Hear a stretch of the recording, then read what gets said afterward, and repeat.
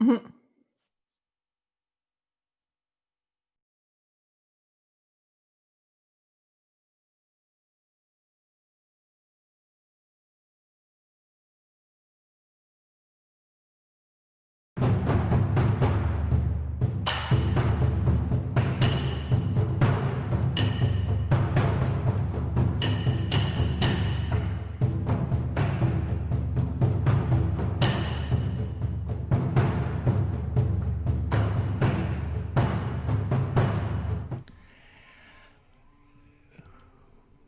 Wow, thank you for your patience. We finally are live. Welcome to the Happy Jacks RPG Network. I might steal Joe's joke. That was Great American Witch. We'll see you next time. Anyway, welcome to episode 10 of the Great American Witch. We are actually on our home stretch. We're going to be probably 2 episodes, depending on how this goes. I mean, a lot of this is hard to determine because it's emergent storytelling, folks. That's what we do.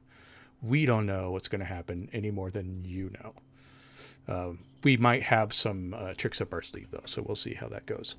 I'm Christopher Gray. I am the creator of Great American Witch, also the guide. And today we also have our full cast. Welcome back, everybody. Why don't we start with Emily? Welcome, Emily. What are you doing with us today? Hi, I'm Emily. I am playing Abigail. She is the craft of Hekate, which means she can talk to ghosts, but mostly she gets involved in scrapes. She makes positive change for her community, too. Let's not forget And that. she does. She makes the world a better place, but also she, resurrects angel statues and stuff. It's all fun. Mac, what are you doing here? I ask myself that every time we do this. No, hey everybody, I'm here playing Imelda Lake, who goes by Mel. It's the craft of Lilith, and she may or may not be a vampire right now. So that's fun. I think she's most definitely a vampire. And Jim, welcome back. You survived Strategicon. You are here with us in the flesh. And I'm very glad to be here. Thank you. Uh, Sorry I missed out last time, but trying to pull a virtual convention out of nothing is a little difficult sometimes. Yeah, it was a fun convention, by the way. I attended Friday night and Saturday, and I ran Witch twice, and both games were very different and exciting. And I also joined in Tomes's Games on Demand, and had a lot of fun with those games. It was a lot of fun, and we also had some BarCon too, so I got to actually hang out with people and talk after the games. That was a lot of fun. Last but not least, Joe, welcome. Hello. Thank you for having me. I am Joe, and I am playing Albert, who is the craft of the spider grandmother.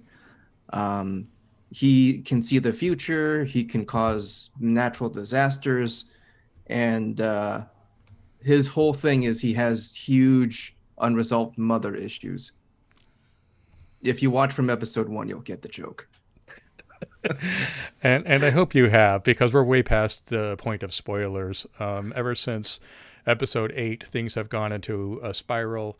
We are heading, if you will, like a freight train, like a ghost undead freight train in the snow, landing in an abandoned train station, which is going to be our grand finale. So I hope that you have caught up, because there's a lot that's going to go down over the next couple episodes as we close this up. One of the big things that's happening is that we have a character resolution. Now, these are kind of rare, but they are a feature of the Great American Witch game. And what that means is, because there is no real outright danger, like we're not rolling hit dice against armor class, there's really no way for me as a guy to kill a character. That has to be up to the player. In Great American Witch, the point is not, oh, am I in danger? The point is, oh my God, how am I going to fix this problem that's creating this narrative conflict? So so there might be a situation where the player wants to take their character out of the game. It might be a death. It could also be like something has gone so far wrong with this character that they're not playable anymore. And that happened with Jim's character Cabe in episode 8. So if you haven't seen episode 8, I encourage you to watch that before you watch anymore or listen. So Cabe has effectively lost his touch with his traditional moral compass, let's put it that way, and now is out of alignment with the coven. And so therefore Albert booted him from the coven, and that was because he cold-blooded murdered Raven's parents as an answer to resolving this conflict. So that means Cabe isn't really part of the team anymore, which in effect means that we had to resolve the character. So Jim was left with a choice that he could continue with another character, but since we're towards the end of the game, we think it makes more sense for him to just resolve Cabe and then use the rules of the game, which is that for every chapter, Jim will get 5 plot points. No, that's the wrong game. 5 charm that he can spend to affect the fiction. This basically makes him another guide to the game. And this will allow him to resolve Cabe however he wants within the story. This will also allow him to introduce conflicts and to amp the drama up with other NPCs, introduce truths that weren't there before, get in the way of what you want and all that. So just like all narrative control rules, though, Jim will not have narrative control over the conflicts that I create. And he will not have narrative control over the player's witches. But everything else is fair game. And when Jim creates a conflict, I don't have narrative control over that conflict. So there'll be some things happening that I can't, even as the game creator, do anything about. This is a game mechanic that I very much love, and I want to explore. How much experience have you had with this game mechanic before, or am I bursting in on this first one? Well, Jim, the game is in production and is shipping off to players very soon. So I have to admit this has only been in the abstract. So we're not playtesting. That ship has sailed. We're going to see if it's broken or not. Well, I promise to use it only lightly and only when necessary and only make cool things happen and not to just mess with people. Thank you. Well, it's hard to say. I mean, the game just is very resilient in this way. We did in my home campaign lose a witch. She resolved her character, but it was basically in the finale of the season. So we haven't really been in a situation where the character needed to be resolved before the finale. So I'm sure it'll be fine. I think it's going to be fun, actually. It's going to relieve some of the weight I have. And I can always, say, oh, well, that was Jim when something doesn't go right. All right, I'm cool with that. It's very much like my home life, so we're good. Okay, so just a quick recap, if I can make it quick. Since we last met our heroes, they were coming back together as a coven. Some of them had to go to Michigan to do that, but everybody is back and together. There are still sort of some of these unresolved issues. We think that maybe Mel's mother can be contained to an extent. It seems to be, that situation seems to be not as volatile as before, but it's still there. I think Abigail still has some unresolved issues with certain aspects of her life, especially, I don't know if this is unresolved or not, but it does look like her fiance has perhaps got an eye for Alex Hale, who has yet to apologize for the way he's treated her all of this time. But we do know that the pastor is sort of on the side of right and is going to try to help the coven against this onslaught that's coming in whatever way he can, and he's going to use the church's resources to do that. Albert has also started a revolution against the Seven. Was that Albert's fault? We'll blame it on him. And that was propagated by an inverted coven that responded to his call. And they have amassed at the train station. So it's sort of where we left everybody, because now it's sort of like we grabbed our pitchforks and we're headed out and that is where we left off. So, did I leave anything out that was important? I think that about covers it. So, I think I'd like to open up. We are going to start the night before winter solstice. Oof. Yeah.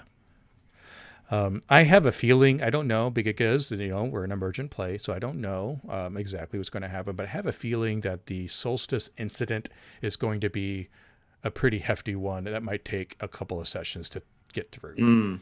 So I'm just anticipating that. Also, I don't know that there's a lot of unresolved business before that. I mean, really, that is the business right now. So I don't think this is rushing it. I think this is probably a good estimate what might happen on the next session. So what I would like to do is open this with a montage as we normally do, except that this is going to be what happened to the characters a week for the week ahead of Solstice Eve. So a week has passed since we last saw them getting everybody together in the train station. And what happened in that week? How are they preparing? What are they doing? This is your chance to really have some narrative control on how you want to tee this major conflict up.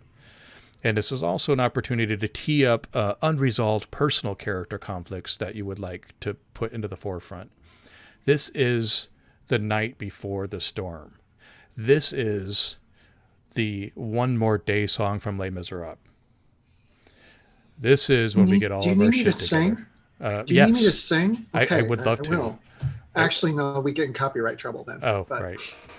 Yeah. I'd like to change the lyrics of that song, by the way, about any mundane thing that's happening the next day, Anyway, so we're at that moment. And I would like, Jim, I would like you to use this time to set us up for what Cabe has been doing since he left the coven. And just kind of bring us up to speed on him, because he's been off camera for quite a while. Okay. If you have other ideas, that's cool. No, it's fine. You see basically the blasted remnants of the house. It's still sort of like broken and completely in ruin. You see him sort of like sitting on sort of like a soft chair in the middle of all this stuff. There's things sort of burning in the background, and he's sort of and there's a bottle of Jack and a glass, and he's drinking out of it. And he seems to be flipping through his phone. Basically, you sort of zoom in behind him and down onto the phone, and it's a bunch of lists of contacts, and there are notes on his list of contacts that are called "Kill No Kill." And you see that there is next to him one of the cane and umbrella buckets, but they're filled with all kinds of little swords and knives and stuff next to him, and he's sort of just playing with it mindlessly with one hand and the other. And then he stands up, puts his phone in his pocket, grabs a blade out from under it, sticks it under his jacket, and you see him walk out, and there's a bunch of crows out by his car, and they see him and just flutter away like an abject terror. And you just close in on his face, on his mouth, and there's a smirk as that happens, and he enters the car and then you just see his eyes in the rearview mirror with a gleam of sinister intent. So he hasn't gotten any better, didn't like do any self-reflection or anything? He is on a mission to be a soldier, and he believes that he's already sort of sacrificed his soul to be able to do that. So he's dead on intent on finishing what he started. But at the list of people, none of them are witches or any kind of supernatural. They all seem to be mortals. And his intent is to remove any mortal opposition that the witches might have to take down the person that's trying to summon the crow. So he's sort of relegated himself to removing any obstacles in whatever way he can that may be mortal obstacles to ensure that that happens. So technically, he's still sort of on the player character's side. He's just doing it in a way that's repellent and repulsive to them and formerly himself. Awesome. Before we move on, Jim, you might want to check your audio. You're coming in a little faint for me. I don't know if that's true for everyone, but Okay, I can adjust that. okay. Who's next on the montage?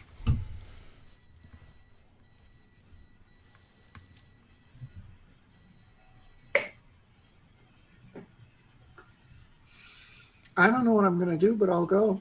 Okay. Yeah.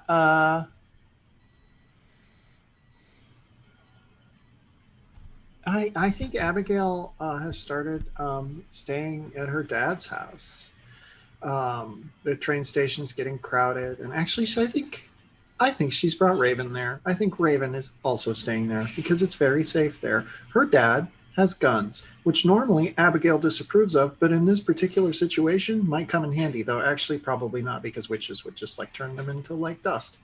But superficially, she feels safer. So she's just, she's in that space where like it feels awkward to be staying with your parents as yourself in this space that still has all these photos of the old you. But her dad is really trying and is doing a much better job with the pronouns, which is, the hardest battle of them all. And, I think we open on Abigail making a nice meal for the three of them because it's her mom's gone and her siblings are all moved out. So it's just the three of them right now. Yeah, and I have a vague sense that Abigail knows her siblings are going to come over for Christmas Day and meet the real her, but that exists after the end of this game. So it's just a thing that I know is true. I'd like to add that I think Raven needs a change of clothes at some point, so probably has to wear Abigail's mother's like old sweaters and stuff, and looks completely out of character for her. But yeah, she probably doesn't seem to mind. Yeah. Or she's got like, some of them, one of my sisters, like cheerleader outfits or something. like the whatever, where we Salem High cheer jacket or something. Yeah. Mel? Gosh, that's a hard one. Because I think some of it might be dependent on what Albert's up to. Oh, well, then that's a nice pass. Okay. I can go. I think in the past week, Albert has been still trying to reach out and map out where pockets of surviving witches or witches that might still be able to be turned from Lola. And he's hoping to find more than just witches from the inverted coven. Witches that aren't just in this because they hate the Seven. And he's been plotting and mapping these locations on this giant map of the US, and he's realizing there's only one train, and there are pockets of people all over the nation, witches that need help, witches that are ready to stand but need to be extracted from where they are, or witches that are facing attacks alone and they're trying to hold out. And Albert's just been racking himself with, how do we reach all of them? By his desk, he has been scribbling one name over and over and over, and it's just the name Alice. While all that's going on, he's making sure that Argyle and his gang, his group, are being brought in and made comfortable, but at the same time, Albert doesn't want this to just become another inverted circle coven. Like, this isn't about creating an anti-Seven coven. This is still Hearth. This is still for the protection of witches. And he's just keeping an eye on all of that. Does Albert manage to bring in other witches? I think witches are coming. I think right now the problem is there are witches that are ready to join in and want the help and hear the message, but they're being attacked and they need to be gotten. They need backup. They need support. And this is the resistance. It's like this train station and whoever's here is all we've got right now. Okay, that actually helps me a lot because I feel like Mel was sort of drafted into this because of Albert, and I think that Mel has probably been going out and helping collect some of these witches for this group and for this resistance, and is being largely successful. Jennifer is also going with her, and they're managing to rescue some of them, but some of the missions are a failure, or at least that's what she's telling Albert when she comes back. All right. I think we should, let's see. I think we should start with momentum just to get things going. The one thing I wanted to mention is that a terrible snow has descended. It was like one of the first big winter storms of the region, and it's dumped a couple of feet overnight. And it's like the only reason it's 20 degrees is because the snow has caused some insulation, but it's really cold, and it's brutal out there. Also, witches have started to arrive for the solstice.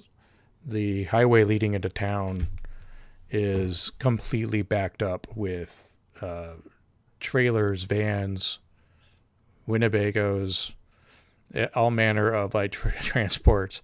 There must be 60, 70 vehicles just on the way in, and many of them are sort of stuck and stranded. And it's starting to look like that scene from Woodstock, where people are starting just to get out of their cars to hike because it's safer. And the state troopers are doing their best to kind of help. That there isn't enough room for everybody that's coming in, and nobody in the town understands why there's this influx of strange people. The one hotel is already booked, and so the church has opened its doors for people. It's like this sort of onslaught of hundreds of people, and that's just on like this night, and there are more coming. Do we have a cover story for this? It sounds like we don't. Like, this is the kind of movie you think we would prepare for. To be like, yeah, a bunch of people are coming for the knitting convention. I don't know. Like, this has to be arousing suspicion. Yeah. Oh, yeah. The town is very freaked out by this. And like I said, the state troopers are kind of there trying to mitigate. The church has opened its doors, but yeah, it's very. Pretty soon, the amount of people arriving will supersede the amount of people in Salem. Okay.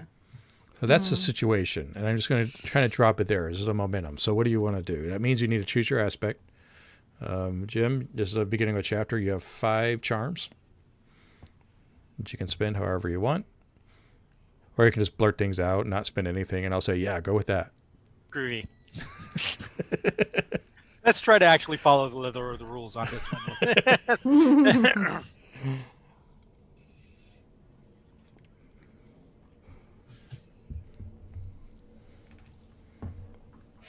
But I would like to say that all the rooms in the hotel, Cabe has actually slipped a little note underneath each door with a picture of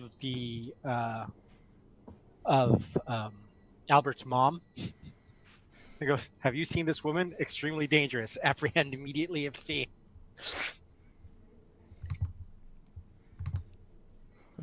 Kaliska, that's right. There you go.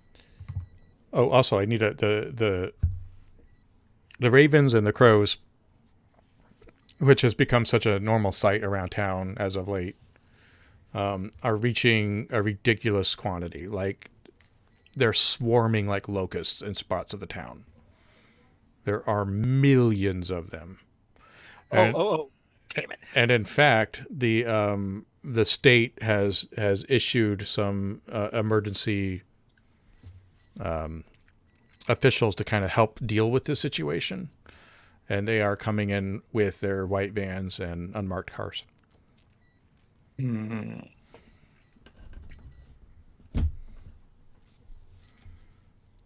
Just to add that on top of that. Did you have something else, Jim? Yeah, Cabe actually changes into a sort of a denim outfit, and he takes a sackcloth bag and puts it over his head with eye holes crudely cut out, so he looks like a scarecrow. And he is going to be wearing that during his murderous rampage. Oh my God. That's horrifying. I love it. Oh my God. Ooh. All right. And just so I'm going to switch to the desktop real quick.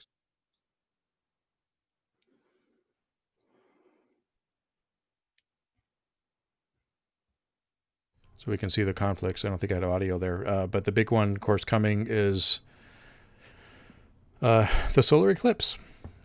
Kaliska, Battle Crow. There's a revolution coming. Lola, Ravens and Crows. These are all the things that are happening. So what do you do?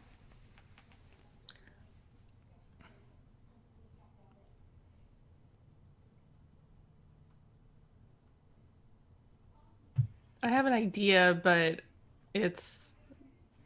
I'm just not sure how I feel about it. Those are the best. I think that there's been some rumors amongst the witches that there's somebody besides just the actual police like hunting them down. Like it seems like there's just a lot of whispers right now about disappearances.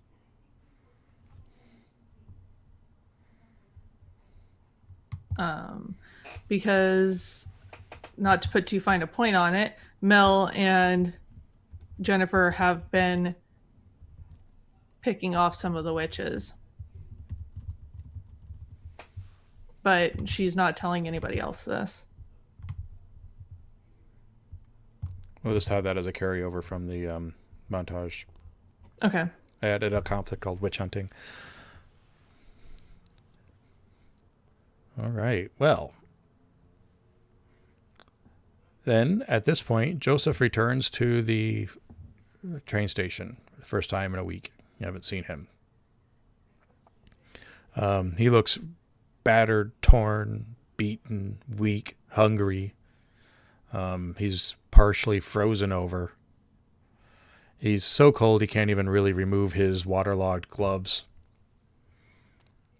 And he sees all of the people in there and smiles before falling over.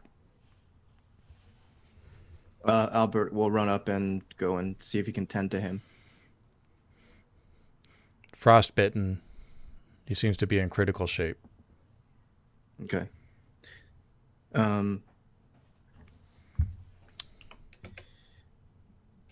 Albert's going to gesture for help to see if there are any witches that can do some magic about it, because healing is not what Albert does. But he's going to stay by Joseph and just see that he gets mended, because Albert has questions. There are a motley crew in here. So, just gesturing, hey, fellow revolutionary, will you help my friend? May not be as easy as you expect. So let's go ahead and do a move on that. The conflict is Joseph is troubled. And you'll be rolling a rally, which is mercy. Okay. I am in Mother, so doesn't help. Okay.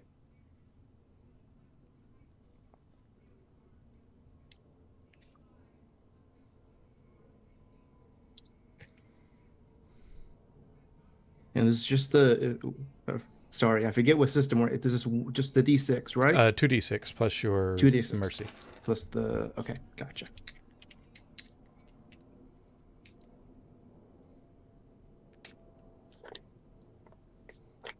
6. 6, huh? Mm-hmm. Okay. Well, conflict's still in play. Okay. Argyle Cool. walks over with his scotch. He looks at him.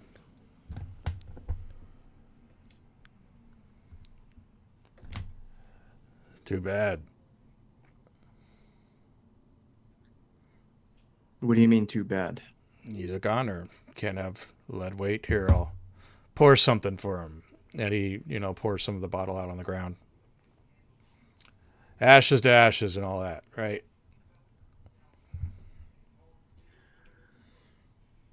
Here, I'll This put him man out of is his not going misery. to die. He takes out a pistol. Albert is going to do a magic about that. Yeah. Damn it, Argyle. Because if not, Okay. Mel is going to do a thing about it. Yeah.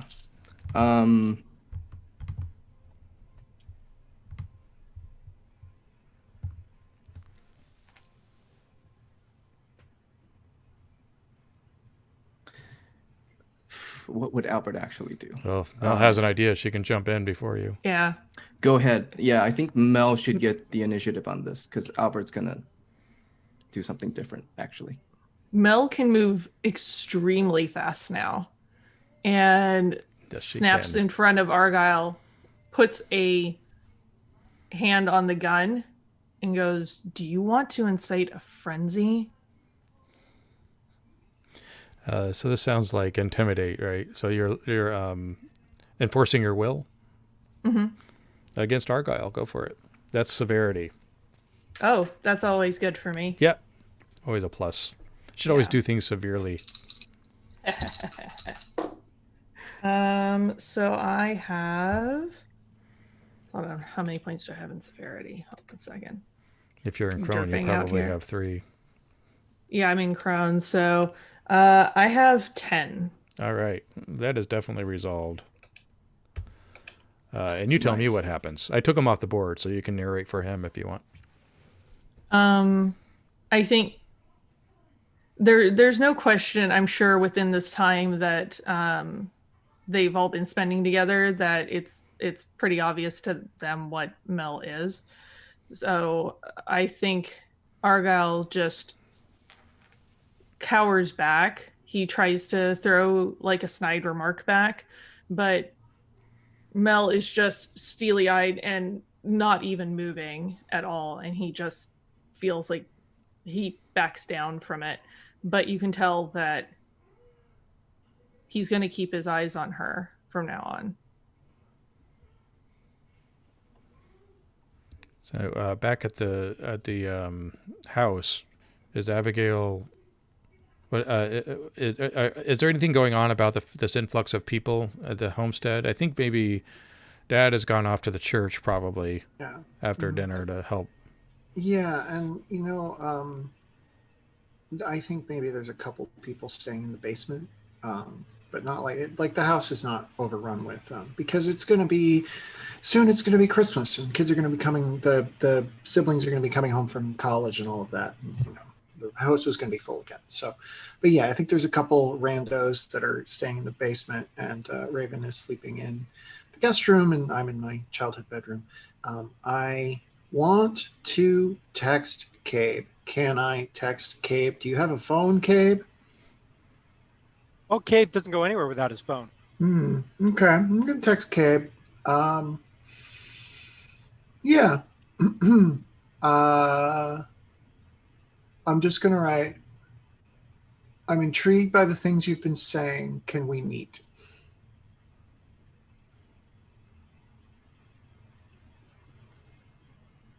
You get a text back that goes, "Sure. Where would you like to meet?"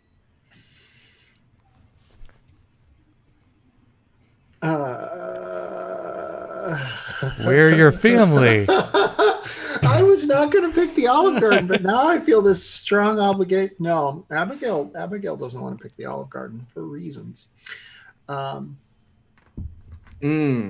Good. There Yeah, is I see what you're doing there. there's Yes. this old Lutheran church on the like 5 miles outside of town that is um, mostly not used anymore. There's a handful of people who come here every week, and it shares a pastor with the Lutheran church in town, but it's never locked.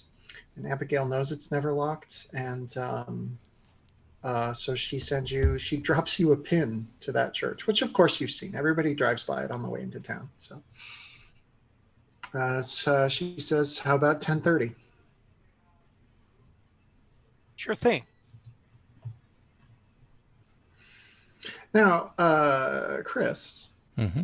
I marked long ago on my character sheet that my refuge is churches or temples. Does that mean a dang thing? No, not mechanically, I'm afraid. Okay, well, I'm going to give myself a bonus to my rolls if you won't. I'll let you roll at wheel, not at will.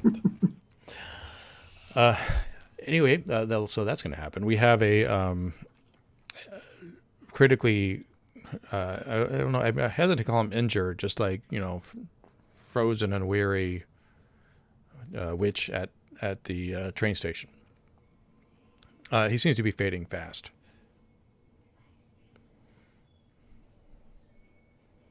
Can I do a magic about it? Yeah, of course. It's not going to save his life, but maybe at least find out what was going on with him, because I have a divination spell that lets me speak within the minds of any witch. Okay. Yeah, that's totally doable. You're rolling against Joseph is in trouble. Okay.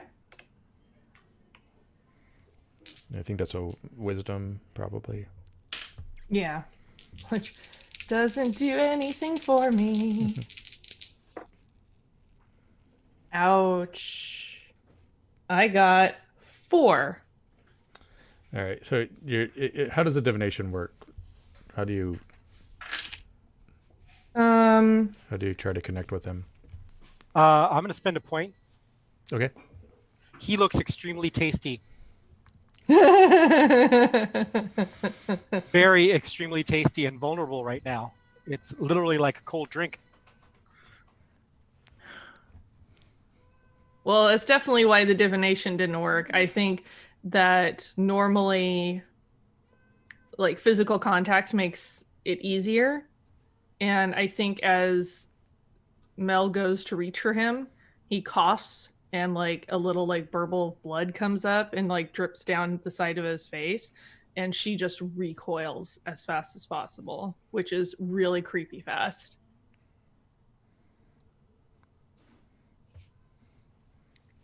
All right. So he's dying. You don't know how much he has in him. Albert's going to attempt a blessing. Nothing of the natural world can harm the subject, including weather, natural disasters, animals, or hunger or thirst. I don't know if there's something supernatural, but maybe I can buy him some time. All right. Go ahead and roll for that. Okay, that's thrown. So that would be, and it's out of my aspect. So is that at? No, it rolls just normal in a momentum. Yeah. Gotcha. 7. All right. Well, that's better than 6. It is better than 6. All right. So what does the blessing look like? I think color. So is this considered a mixed success or? Yeah, it's okay. It's going to take care of the natural problems, but there are other problems with them you can't fix. I'll get into that once I see what it looks like. I think color starts to return to him. He's breathing on his own more naturally. He's not fully back. There's obviously something else going on with him, but I think physically he's going to be okay. But we don't know what else he's battling. I think you find out really quickly what he's battling, because when he gets his senses back, he says, "She's seeing through my eyes. You have to break the curse or kill me or cast me out. She knows where you are now. She brought me here."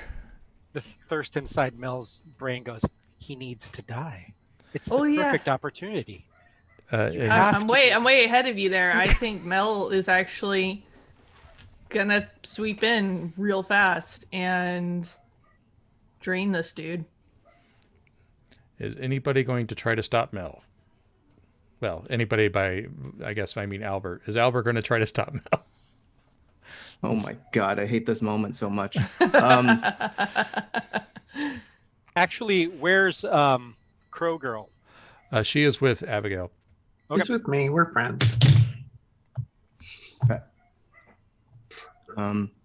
Albert is going to stand up and just shout enough, and he's going to do the Gandalf voice thing and project his voice a bit louder than it naturally is with the wind. No more death.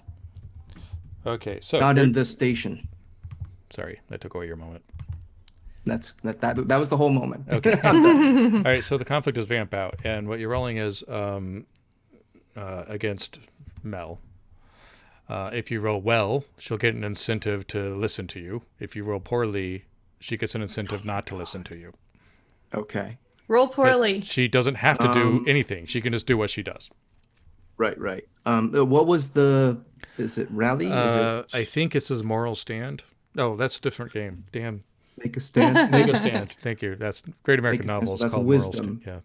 Yeah. Okay, so I get a +1 on that. Okay. Well, let's see what happens. 7. Oh, 8. 8. Okay. So that means Mel, you get an experience point if you go along with him in whatever aspect you're in. Or you can just ignore it and not get the experience point and vamp out as much as you want. Well, if I take that experience point, that's good times for me because I'm in Crone and that's sort of my favorite. Oh, no, this wasn't magic. I'm sorry. You don't get experience. You get charm, which isn't as interesting. Sorry. If he was hitting you with magic, it would be experience. I'm sorry. I got that wrong. So you get a charm. Pretty cool, too. You can do a lot with charm, actually. No, I'm serious. I'm not trying to... Anyway. Yeah, yeah. Is it? But you did roll well, and I don't want to be an asshole. He rolled. Rolled well enough. Dude, no, please be Mel, because that makes it really great for Albert. Okay, I think, let me frame it then. I think the moment that you say that, Mel has already moved to the body and is already there, like the verbal blood that had like run down. She's actually like licking that blood away and just gives Albert the most feral look and stops for a moment, but isn't quite 100% there. Okay. And with the last of his strength actually pulls her towards his neck. All right, that's 2 plot points Jim has spent in this chapter. He has 3 more, so watch out. Okay, yeah. So that happens. Yeah, I think there's not going to be any resistance after that. If he literally is pulling Mel in, she's going to clamp down on his neck and just start drinking. Albert's just going to shout, "Not here."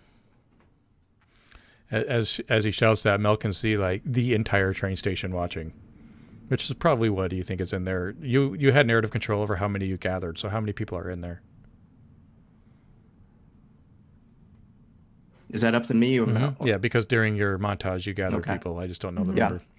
I would say it's a pretty good number. I would say there's about 40 people.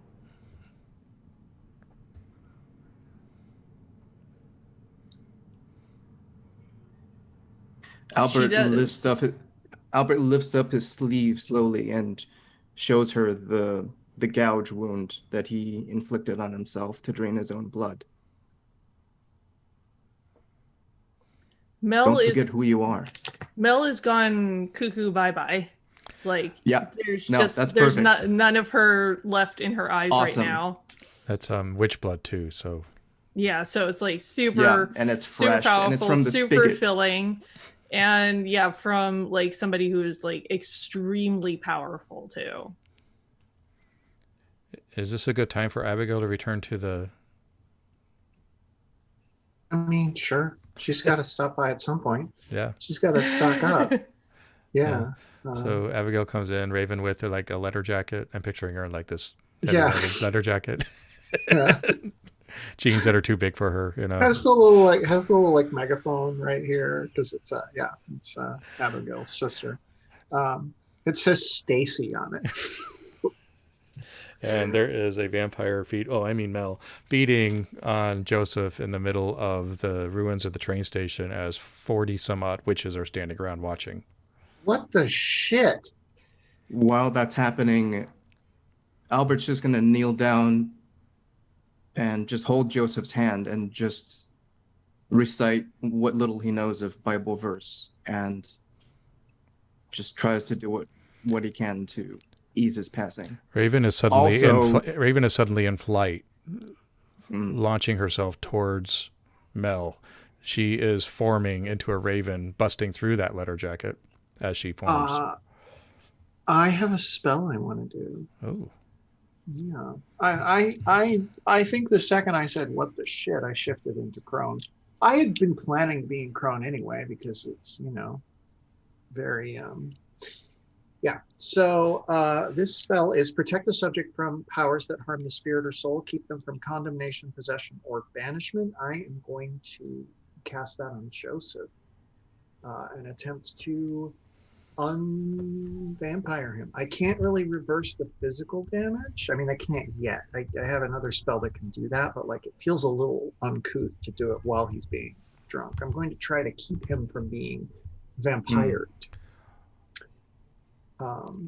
Well, you can keep his. Okay, so let me make sure I understand the spell. You can keep his soul from being damned, basically. Right. I can keep his soul from being damned, and I think I do think that because a vampire is a power that harms the spirit or soul, I think it would become like repellent in some way. Like. Well, I think the deed's been done, but because she drained him. But the big but is what happens to his soul. So okay. So you're rolling. I think, given everything that's been going on, that probably Mel would have to actually consciously try and make him a vampire. Okay. Yeah. Yeah, we don't have vampire rules, really. They're very, very loose. Because if it was just everybody that she drained, there would be a few more vampires wandering around right now. Tell me when you're done drinking, because I have a thing I can do. And now. Hey, thank you. Thank you so much. I'm going to return Joseph's spirit to his body to resurrect him from death as long as the body is habitable and can sustain life, such as without decay, disease, or dismemberment. We're going to have to figure out a way to patch up those holes in his neck, but we should be able to get him back to life. He's only recently dead, so. Mostly dead. All right, so that's Joseph is dead, I guess. Yeah. Is the conflict. Yeah, so. And while you're casting this, Raven's in full flight, so this is all happening very quickly. Okay. We have to deal with that. That is a 10. Okay. Damn. Well, I'll take that off the board. You tell me what happens. Yeah. It's like. Oh, and you get an experience in Crone. It's. I'm sorry to interrupt again, but you get experience in the aspect of that spell. Okay. Which I cool. think was made in. Yes, that's a maiden spell. Yes.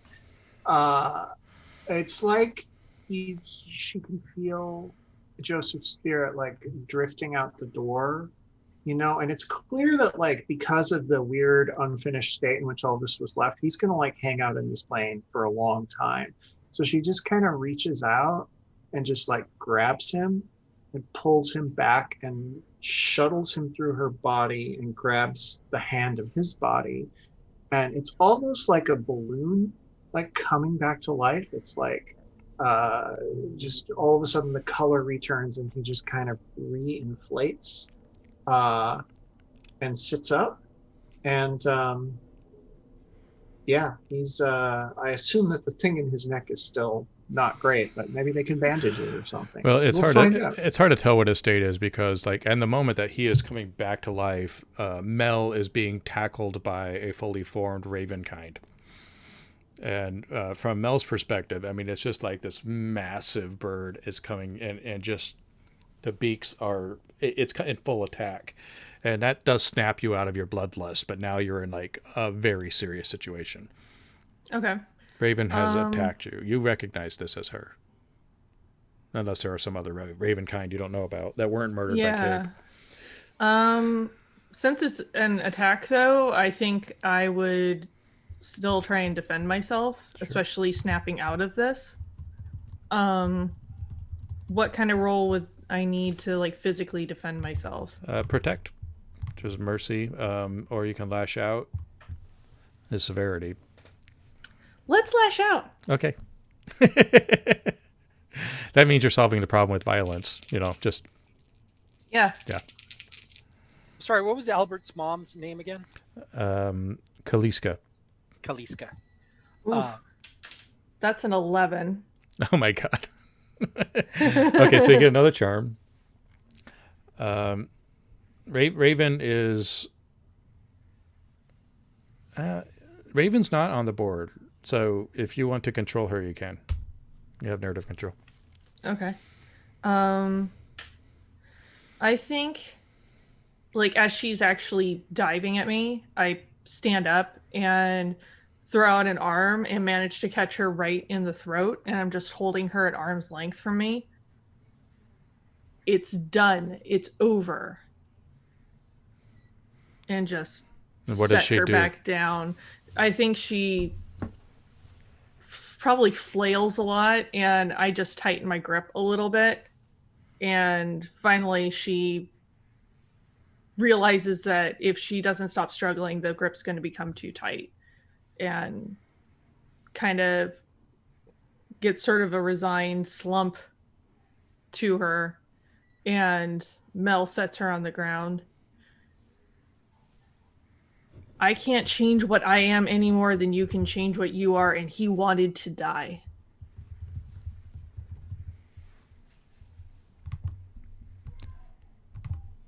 So Raven in full Raven form flies out of the train station.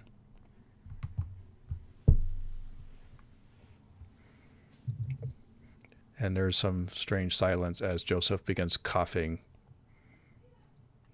life slowly returning, bleeding out on the frozen floor of the abandoned train station. Excellent.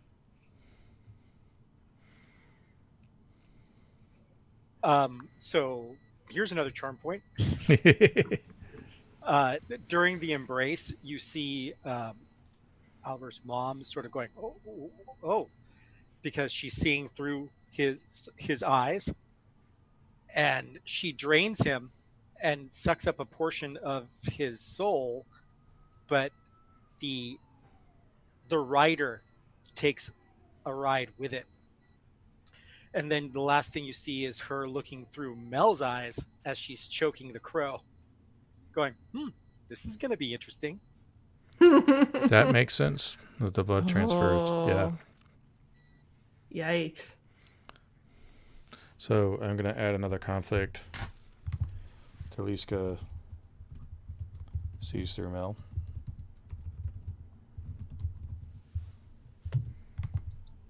Am I aware of this or not? That's up to Jim.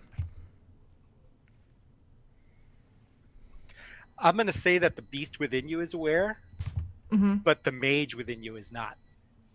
Okay. And the beast is keeping it as a bargaining chip right now. Okay.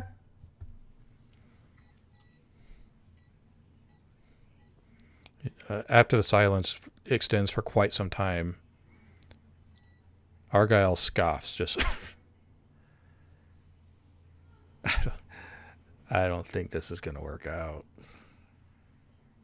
He gestures his head, and about 24 or so of the witches begin walking out with him. As long as the train stays.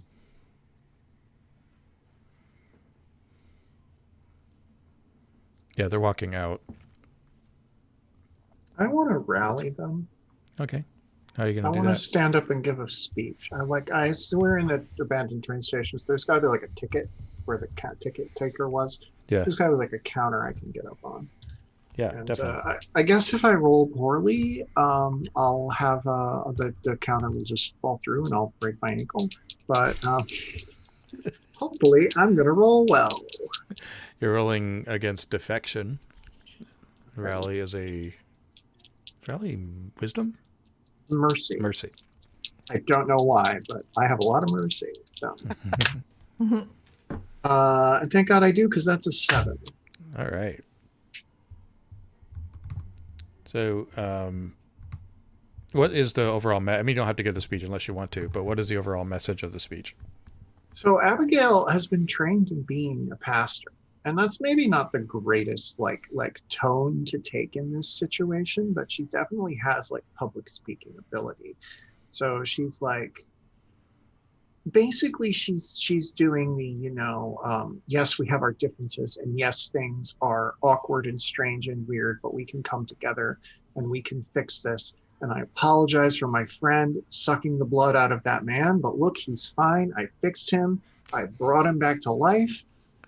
We can do this together, and we will deal with our own, because covens deal with their own. But what we're facing right now is bigger than just the problems of one coven. And when it's over, we will deal with Mel. And she looks at Mel and mouths, sorry. Mel looks furious. I don't know that I need to come up with a consequence beyond the fact that Mel is furious. Yeah. I think that's the 8 roll right there. Okay, they accept it, but they're looking at Mel with very concerned eyes. Meanwhile, Joseph is still bleeding out on the ground. His breathing is very staccato, and he's having trouble stabilizing.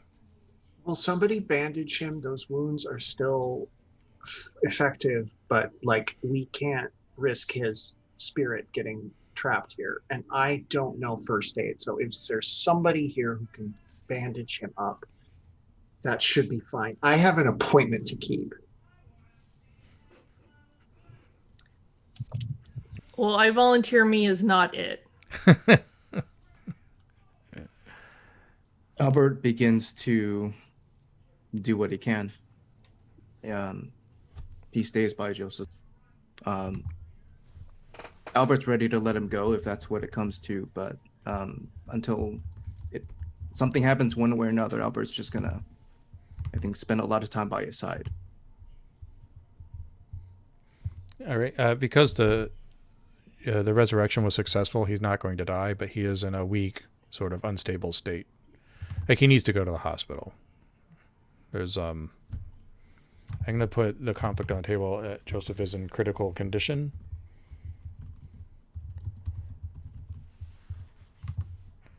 So he's going to be basically useless until somebody fixes him. But he is alive. And as far as you know, the eyes of Kaliska are gone.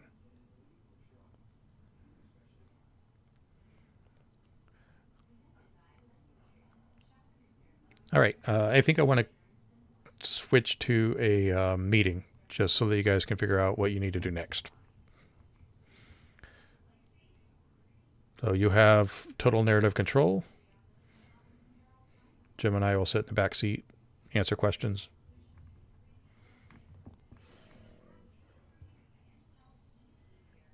Do we know what this train... sorry, go ahead. No, go ahead. Do we know what this train runs on? Is it conventional fuel, or did we establish it was powered by magic somehow? You have the impression of that, but since it's a meeting, you can decide that now. I'm going to decide that it will run like a mundane train, but it does also take magic as a fuel, or it can be magicked to do things. It's an artifact. Mm. And it probably isn't bound by time and space constrictions the way mundane trains are. And it might be able to be in several places at once.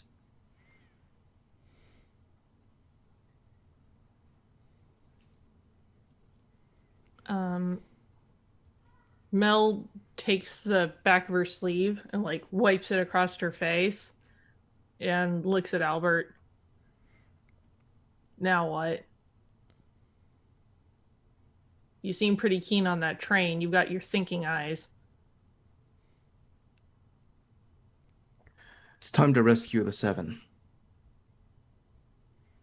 and gather any witches on the way. This is no longer safe. If Kaliska knows where we are, we have to keep moving. There's a voice inside your head, Mel, that says, "Oh, she knows."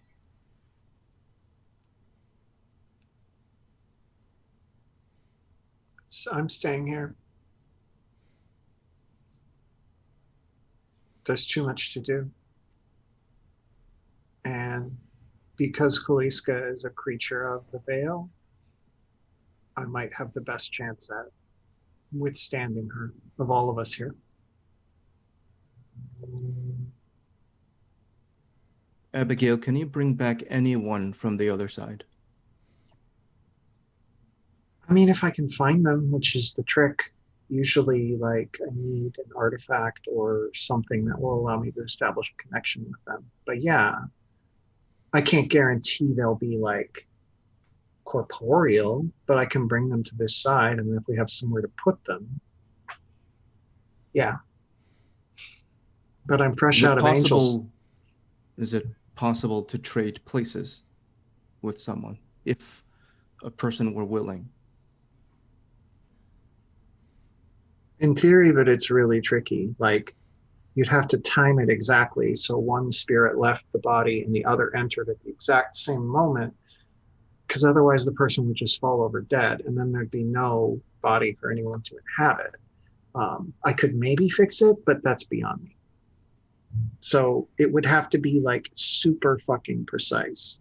But in theory, yes. You'd have to use me as a conduit, and just hope that you could time it right.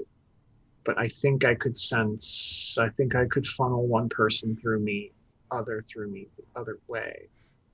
It would be a lot. I don't like this line of questioning, Albert. What are you thinking? Before this is done, I may have to ask you a favor. Okay. I just needed to know that this was possible. Don't. If you can. Are we talking about you doing this? Because I don't know if I'm comfortable with that. I don't know that I am what we need right now. Really? After all of this? You don't think that you rallied all of these people here? You've been doing all of this research and you're not what we need right now? Really? And yet blood is still spilt. Yeah, well, blame it on the person who did it, and that was me. Voice in your head, so blood is spilt. What's wrong with that?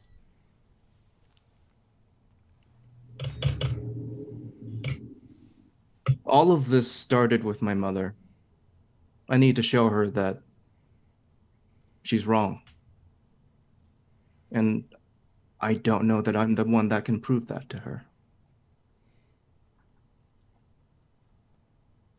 And exactly what candidate do you have in mind to do such a thing then, if you're not capable of all people?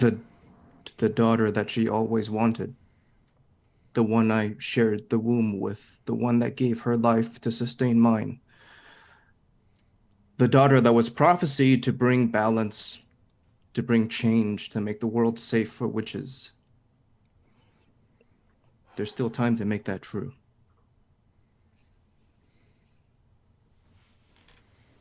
Why are you so sure that she's the one that's prophesied?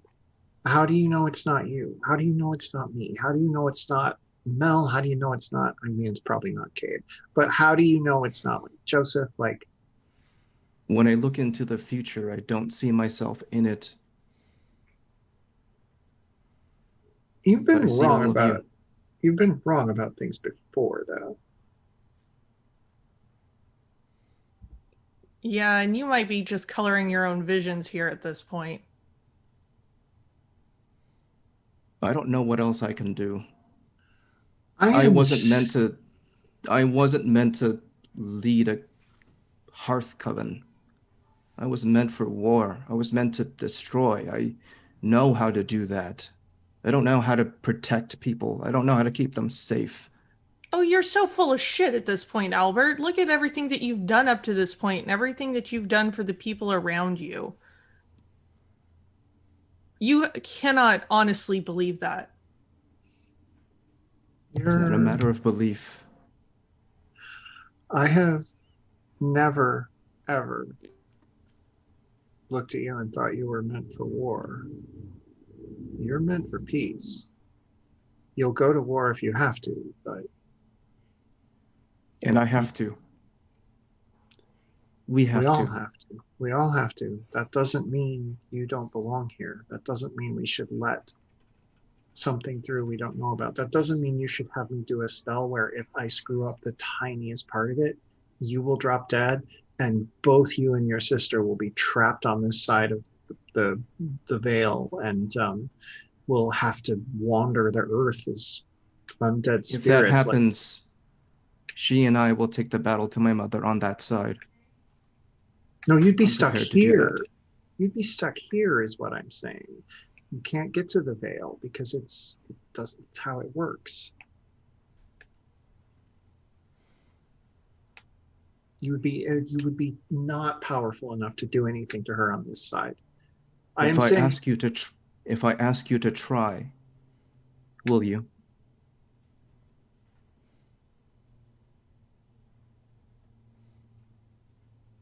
I guess, but I'm not in the habit of helping people kill themselves. I'm in the habit of the exact opposite. That's why you're the only one I can trust with this. Fuck you, man.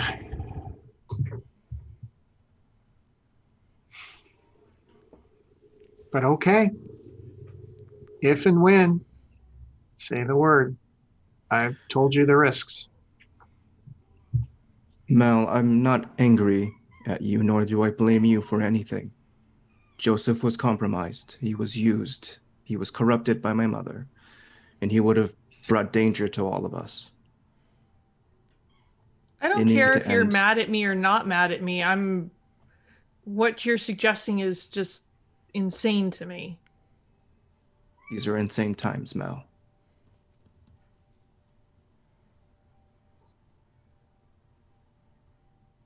Fine. You want to kill yourself, kill yourself. But I'm not going to be a part of that.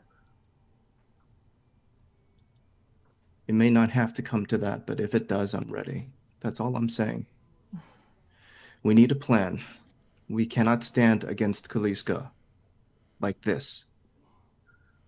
We have to rally others. And if possible, we need to save what remains of the Seven. What happened in New Orleans would not be enough to keep them suppressed forever. There should be a way to rescue them. If we can show the witches what was done, we might turn the tide against Lola and my mother.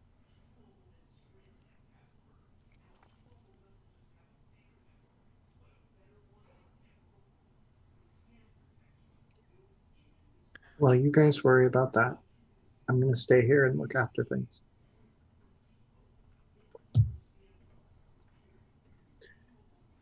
I should get going. I have to deal with a couple things before bed.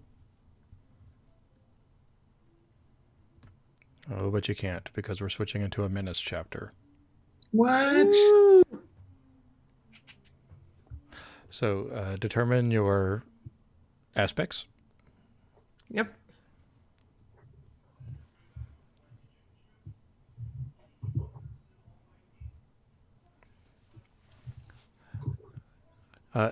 Right after Abigail says that, the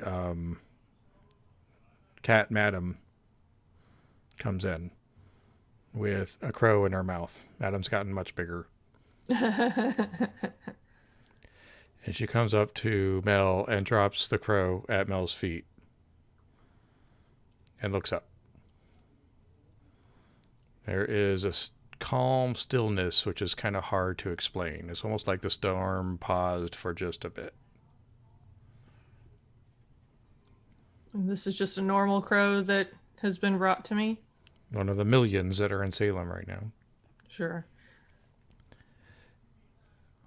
Thank you, madam, but I'm afraid your mighty kill is not going to help me too much, but I appreciate it. You hear a curt voice from the doorway, the threshold of the large train station, and she says, "Well, that is quite a familiar you have." Lola standing in the threshold. She has a nice, probably $2,000 coat that she purchased from some place you've never heard of. Her hair is perfect. She's wearing a scarf. Very nice snow boots. She's standing in the threshold of the train station, which is a massive, massive threshold. It used to hold thousands of people as they came in and out, and she's just right in the middle of it. Dilapidated walls around her, wind whisking around, and she's smiling. Jim, you have 5 more. Well, you've been replenished to 5 charm. I want this deal. This is really good. Can I resolve my character now? I feel like we need to balance this out. What if all of us resolved our characters? Like, how does the system account for that? It's been the battle of tokens. Then it becomes a true storytelling game. Yeah. Yes. Then there should just be cards with topics and just like, okay, let's just tell a story. Albert holds his breath. Actually, I'd like to move to a quick little aside scene. Okay.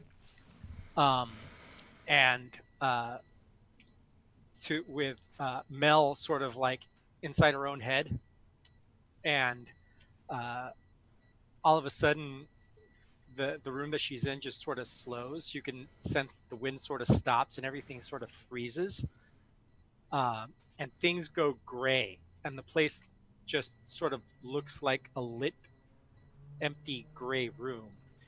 And somebody that looks just like Mel walks up to Mel, except for she kind of do you remember Suicide Squad, the bad guy witch? Yeah.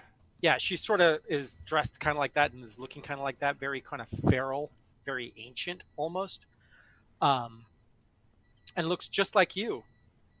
And it goes, do you really want to succeed at this? Succeed at what? I don't know. What you're doing is very confusing. Yeah, everything's a little murky right now. The lines have gotten a little blurred for me since I made a interesting life choice. Oh, well, the thing is there are other people that are far more aware about what's going on, and you're helping them.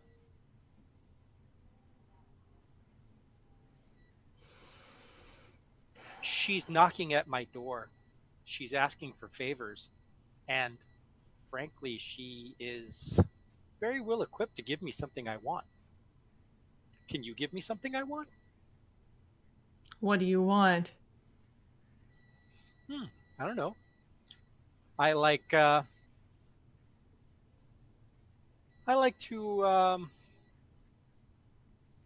feed on things that are old and powerful. You sense that hunger. You feel it as well. It's part of you now. I'm part of you now. We're together in this, you know. But if she makes me do things,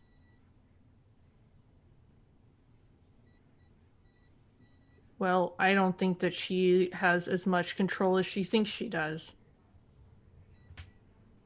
I think you don't have as much control as you think you do. Like, I'm done talking to myself. I need to we're just focus. I need to focus. I need to focus. We're in a menace. Is there a conflict you want to introduce, Jim? Yes, the conflict is I know something you don't know. Okay. So to get out of this state, she needs to roll. What would you like me to roll? Let's see. I should have at least a character sheet open. It could just be protect. But Protect. That doesn't really help Mel very much. No, it certainly does not. But basically, she just goes to you. Do any of these things around you mean anything to you now? Is it important for your continued existence? It's not just about my existence. It's never just been about my existence. Well, that is more true than you know. When you ate the man, the holy man, something else entered you. Something he had. Something that forced itself on him. It now dwells here too. The eyes have seen everything. And it's tempting me to do more. I can be rid of it, but what can you offer me? If we get through this and we get to the goal that we're headed towards, there's going to be a lot of things to feast on. And there's going to be a lot of old things specifically to feast on. This thing that's offering me, this woman that's offering me things, she would be enticing. I can get what I want one of two ways. But we've already had a partnership, and I know you best.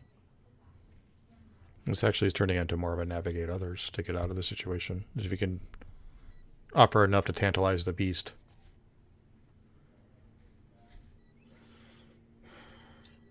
The crow girl looks tasty. So much power. You know what we could do with all that power? I couldn't hurt her. Why not? Why is she so important? She's not even one of you. She's not even one of the things that you used to be. She is, though, and she was family. Which is something I don't have a lot of. Oh, but you have so much family. And you can create your own, too, easily. And actually, after you're done, you can make her into your family if you'd like. No, I couldn't do this to anybody else. No. Of course you can. You've already done it. You've trapped their souls. If it wasn't for the confused one, they would still be trapped. All right, No. let's see how this adjudicates. All right. So it's a mercy roll? I think this is navigate others. Let's make it wisdom. Oh. You're trying slightly less bad. Yeah, you're trying to keep the beast at bay, basically. 6. Okay, so Jim. Oops. What happens? So basically the other you sort of like lunges at you, and you sort of recoil a little bit with the blinding speed that it has versus you. Mm-hmm. And you see it sort of pluck something from over your head, almost as if they were a set of eyes that were floating over you. And she grabs at them and brings them down to your level and just sort of crushes them in her clawed hand. And it just turns to ash. And you hear a scream. It goes, "You are now indebted to me. I have helped you. I didn't have to help you. But when the time comes, I may call upon it." And boom, you're back to reality. I'm removing Kaliska Easter Mel. That's no longer on the board. Mm-hmm. And Mel just kind of shakes her head and tries to reorient herself. Lola standing in the threshold. Out of the frying pan into the fire, as they say. Can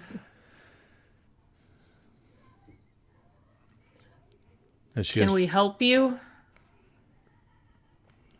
Oh, I just wanted to see how the lodgings were. We're all here to see the solstice, aren't we? You should leave.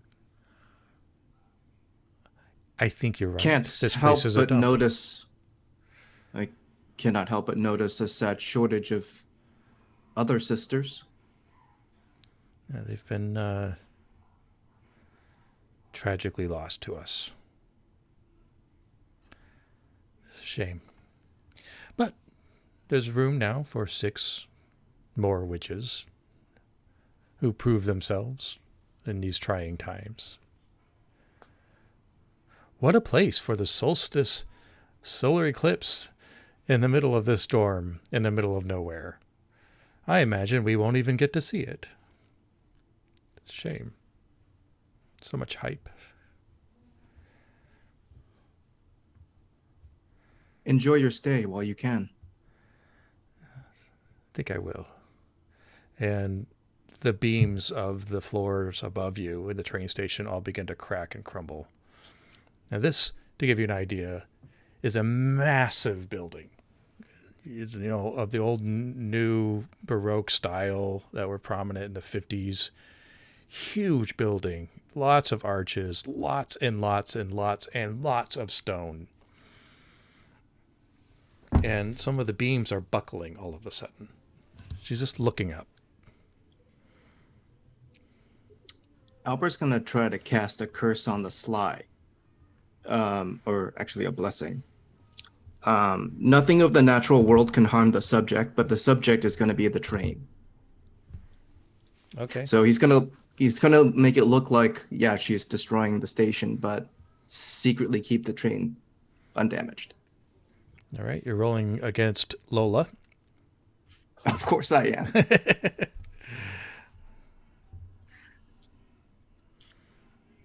Is this is this within? Yeah, is this when you're aspect? It's in. I'm in Crone, and it's a Crone. Blessing. Okay. Yeah. Then it's just a regular roll. Regular. Okay. 7. Barely. Well, the good news is I'm subduing the Lola conflict. The bad news is Lola's now subdued, so this will escalate pretty quickly. So, so the train is enchanted. You're trying to do it on the sly, but the catch is she noticed. Okay. And she's immediately she now this is all outright stuff happening, and she immediately reaches her hand out, and the train is now Jedi style popping off of the track and levitating. And in this moment, you see 5-6 figures kind of just appear behind her, like they're Harry Potter appearing, just behind her. And there's just you can see kind of an arsenal of people, maybe more than a dozen. It's hard to tell because they're past the threshold, and they're starting to march in with her. Can I do a magic about it? Of course you can. I would like to curse her. Okay. Or try to. So.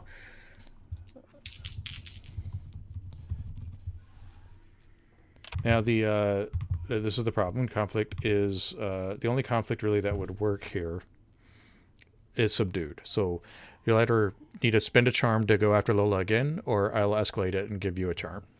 I'll spend a charm because I have a few. Sure. To go after her again, and I got a 9. Okay. Subdue her again. Now, what were you casting? The subject will age exponentially and become incredibly weak or ill, and they will be extremely ineffective at things with which they once excelled. Awesome. So she, as the spell describes, begins to creak herself, and she drops the train and kind of crumbles over, and is now furiously looking over at Mel because she saw where the curse came from. There is something coming her way. You can't tell, but she has just blurted out, probably Greek. You don't really know. Okay. So Mel is being cursed. Bitch, I'm already cursed. Anybody else want to jump in while this is happening? I'm going to do a curse against her. I assume I need to spend a charm to Yes. Okay. Well, there goes my only charm. Gosh. Jim's got some to spare. Yeah, please give me some charm, Jim. My charm is non-transferable. I am going to attempt to curse her in mind the way that Mel just cursed her in body. The curse is, or this is a divination rather. You bind spirits to the physical realm either by forcing them to relive the same experience repeatedly, or by removing their access to the afterlife. The souls will be lost without guidance. I want to trap her in an endless loop of being forced to like remember the worst thing she did. Okay. Okay. Actually, it occurs to me if you're doing this in retaliation of the fact that she's about to curse Mel, you don't have to spend a charm because there's a conflict for that. Still got my charm. I'm hanging on to it because I want to do the stupidest thing ever at the end of this session. So, all right. So this is. Well, this is plus wisdom, so I don't need to modify anything. Is this within your aspect? Yes. Okay, so you get just a regular roll. Yeah. Oh no, I got a 6. Okay. We'll come back to that in just a sec because at this point, the train station is starting to fall apart. The 40 or some odd other witches that are in there are also in full movement, trying to get things rolling on their side, but there are witches behind her. So this full-on battle is erupting, and it's taking the station apart. You're seeing people completely eviscerated before your eyes. Just you're seeing people crumble to dust. You're seeing some people come back up out of dust, and it's just this full-on onslaught happening all around you. But the focus obviously is between what you're doing and Lola. So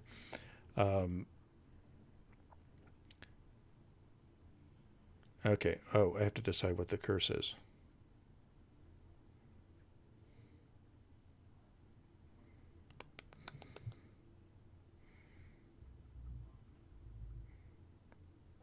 All right, she's bringing down many, many tons of stone on top of Mel. And she's kind of doing it. It's taking a while, but she yanks, and the Abigail's spell kind of just passes through her, and you think it's probably because she's not entirely present. Mm-hmm. And as soon as the stones start falling and the beams are collapsing on top of Mel, which since we're witches, you can kind of see it frame by frame. You know that Mel's about to be crushed, but as that's coming, Lola's body goes limp, and Abigail sees her spirit in full sprint running at her, and she's got her fists up and she's coming at you from beyond the veil, and you can actually feel sort of like a supersonic push as the air is compressing between her spirit and you, and it's about to hit. Pow! That's all happening kind of all at once. Anything else you want to add, Jim? You know what? No, you're doing a great job. Man. All right, let's keep it going then. In the Does meantime, Albert have witches are time- fighting. Question though, is I'm not stuck to being purely antagonistic. I can actually put things that actually effectively help. Oh yeah, you can do whatever you want. You can introduce whatever truth you want. Okay. The sick and broken form of the witch that was devoured and resurrected, that was basically a puppet for evil, sees all of that stone coming down at Mel, and he goes, God forgives. And you see the last little bit of his energy go out to form sort of like there's basically a protective set of white wings sort of like just appear around Mel's character, and the stone falls on them, and then they whoosh apart, and she is completely unharmed underneath them. But he dies as he does that with his last bit of strength. Yeah, a quarter of the entire train station was pulled down onto Mel. And so now you're seeing a sort of this post-apocalyptic ruins of part of the train station, and the storm is coming in, filling up this train station with snow. A spirit's hitting Abigail. So what do you want to do about that? I want to protect myself. I think it's just like instinctual. She reaches for any spirit that happens to be around, because there's always a couple ghosts around, and just like basically uses them to form a shield between herself and Lola. assuming it works. Mm-hmm. Just sort You're of a confronting Lola's spirit attacking. Yeah, just sort of a ghostly human sheep. Come on, 7. Oh, even better. That's a 9. Oh, okay. Wow. With the high rolls. I'm only rolling mercy where I got +2. Every time I don't do that, it Nice. goes poorly. So the spirit that you grab is actually a spirit that was just once a witch a moment ago. Yeah. And it's kind of standing in shock as they've lost their body. And it's suddenly thrown in front of Lola and just evaporates. Lola's spirit has also evaporated. It's sort of like canceled each other out. And you can't tell now where she is. I mean, knowing what you know as Hekate, she's not gone, but she's just not here. And her body is still there. I want to do a spell to open a portal to the Veil and just get her out of here. Because if I can get her spirit going long enough, her body will die. Well, that's the thing. You don't know where her spirit is. It almost like got canceled out by that other spirit. Right. But you can still use your divination to kind of locate. Yeah, okay. Yeah, I want to awareness, I think is what I'm going to roll. To just sort of like feel out where she might be. I think I have like ghost radar. Spirit radar. You can use divination. It just would be at wheel. Yeah, I don't know if I have a great... Awareness works, though. You're Hekate. You do have ghost star. What's that? Oh, ghost star? Yeah, you do have that. Yeah. I'm just going to see if I can find her. Seems easy. Yeah, that's a 9. Okay. All right. Yes, you have located her, but she is currently inhabiting a body outside. Another witch. Okay. Do I know which one? You have an idea. It's like you kind of general idea. You don't know who though. Okay. There are so many. Okay, what now? There's kind of a pause as things are kind of recalibrating. Just as in this moment you look around, you can see that at least half of your coven is gone, dead, or you don't know what. And there are about 12 coming in. The building is barely standing. You're more like in a facade now because most of the walls and ceilings have collapsed. So you're sort of standing in the stony ruins of a train station. The train, completely unmarked, untouched, dropped back on the rail.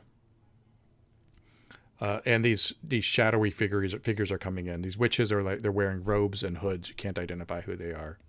Not that you would know them necessarily anyway.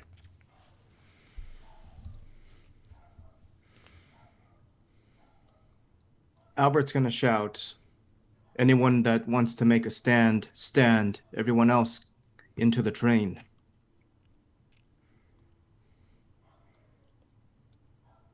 A whole bunch of people are running towards the train, and many of the rivals are appearing in front of the train and on the train, and some of them are standing in odd places, and they're starting to move their hands as magic is getting worked. You can feel wind kicked up.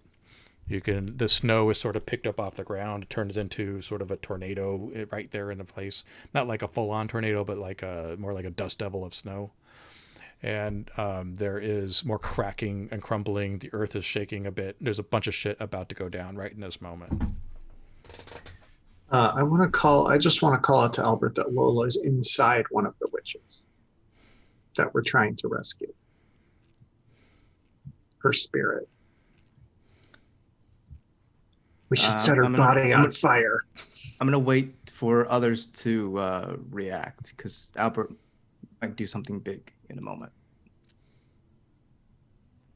will do something. We'll try to do something big. We'll see what the dice say. I think that Albert should try and do something big right now. This is a big Okay. moment, so it's the time, I suppose. So you mentioned that some of the witches were starting to conjure up like a mini tornado or like a Yeah. wind system already.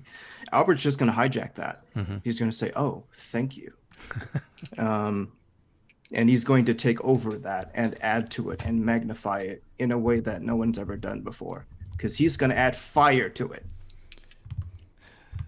The conflict is collision of magic, which is happening right now. There's a bunch of witches Okay. are cursing and doing God knows what. Oh, he started the whole fire tornado thing. Yeah. Yes. Just like my vision, I was always meant to create this. Okay. Let's see. Oh, I need a high roll here. Let's see. Be with me. 8. I'm in Chrome. It's just an 8, flat 8, but I'll take the 8. Okay. All right. We'll call that resolved. So you're adding fire to it and you're directing it, I assume, to. Yes, I'm just gonna take it, spin it up even more, and I'm going to literally start targeting everybody that's not with us. They're either going to be torn apart in just the brute force of the winds, or if they're stuck in there, they're burning and they're not happy. All right. So I'm trying to figure out what the caveat is. The caveat is that you are on this side of your tornado and the train's over there. So you'd have to get around the debris, the carnage, the destruction, the collapsing building to get to the train. But on the plus side, all of the witches that were trying to get away, the resistance, make it to the train. And Mel, Abigail, you can be part of that crew if you want, or you can be on this side. I'll kind of leave that up to you, depending on where you are in the scenario. I'm gonna try and So make glad. car. I think I'm pretty near Albert. I missed what you Yeah, said, I'm Emily. gonna Oh. try and make it to my car. Oh, okay. All right. So you're on this side then with Albert. Okay. Car, fire, tornado. All three of you are on the same side. So if you get away, we can end this chapter. I think there's enough happening in the epicenter here that you could get away if you wanted to. If that's your aim.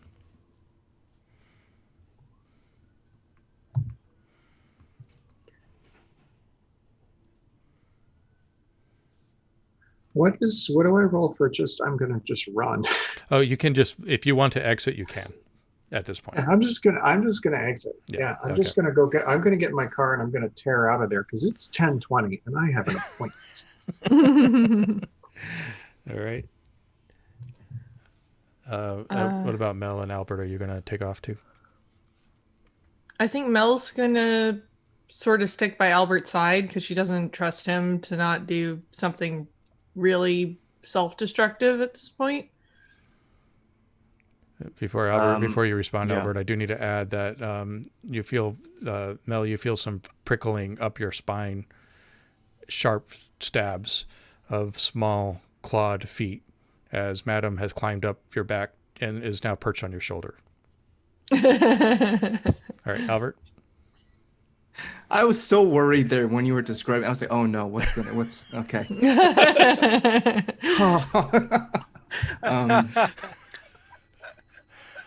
Jim, feel free to spice this up or make this hell for me. But right now, I think the feel is like, for those of you who know Avatar: The Last Airbender, it's kind of like when they go into the Avatar state. It's kind of that feel right now with Albert. He's kind of like, he is this force right now. He is this fire tornado just sweeping up these attackers. And maybe he can be reasoned with or talked back down, but for now he's just very methodically just going after each one and like with precision aiming this fire tornado and just swooping them up. Mel's not gonna stop him. the intent here is to make sure that whatever one Lola was in gets sorted out. Abigail was pretty certain it was in one of the friendlies. It was in one of the friendlies? Yeah. Yes. Okay.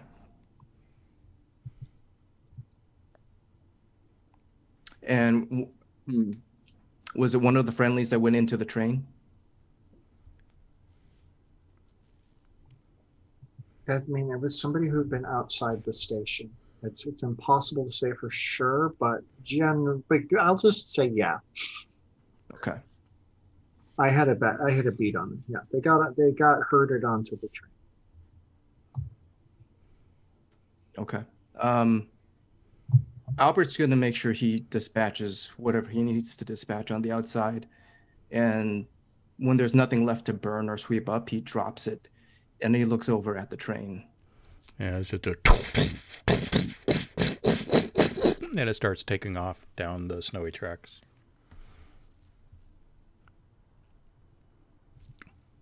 Albert's gonna Scotch is broken on the trail, on the rail.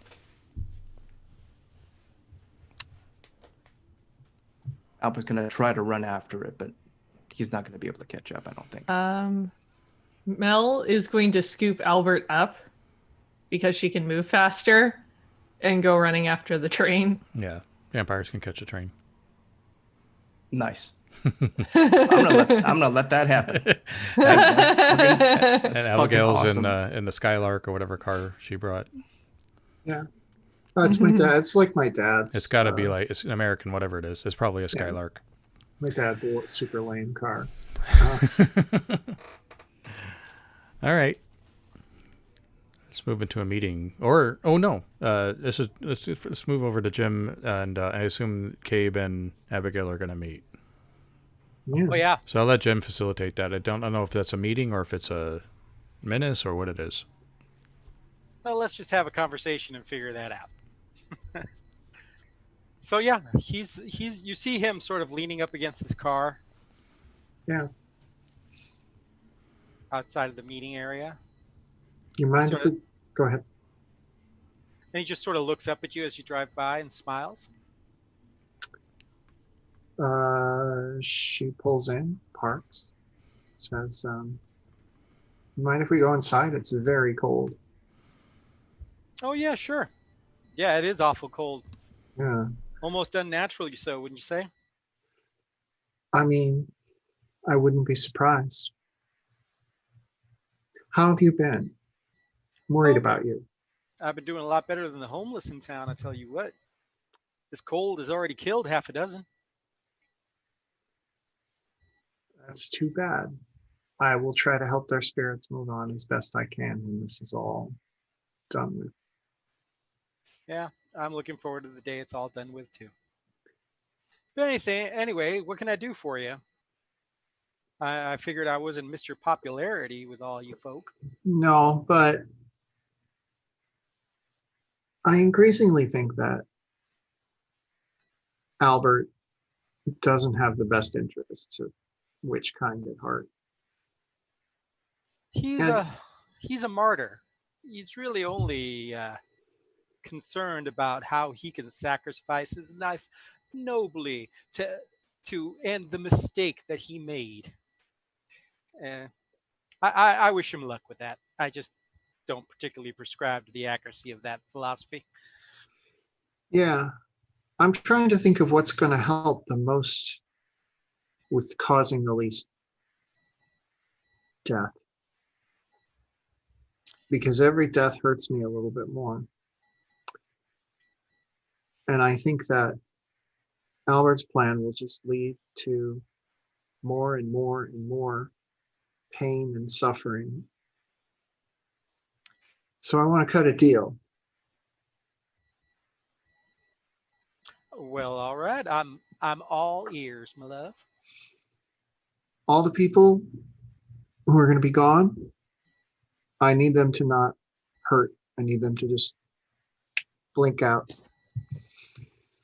And I want to protect a few people. I want to protect the people of my coven. And I want to protect my father and Megan, they can go to the cabin up north. Nobody needs to know about them. And then you tell me what you need me to do. Jim, sorry to interrupt, but if you want to turn this into a momentum and have the dice decide how Caves responds, you can. Or you can treat this as a meeting and just decide. It's up to you, Chris. I mean, what the intent of this was for me to release this character and no longer play it. But if I decide that I'm basically doing exactly that and playing the character. Right. So since it's an NPC now at this point, I would like to let the dice decide. Yeah, so this is no momentum, and the conflict is deal with Cabe. And yeah, that's what makes it different between a PC and NPC, so good point. Right. So on a momentum, you don't get any real, but you do need to choose your aspect. Well, I am in a church, and I was informed that I would get wheel. Oh. All right, you can take wheel. I'll give it to you. Yeah, I am going to be in... I'm going to be in Maiden. And...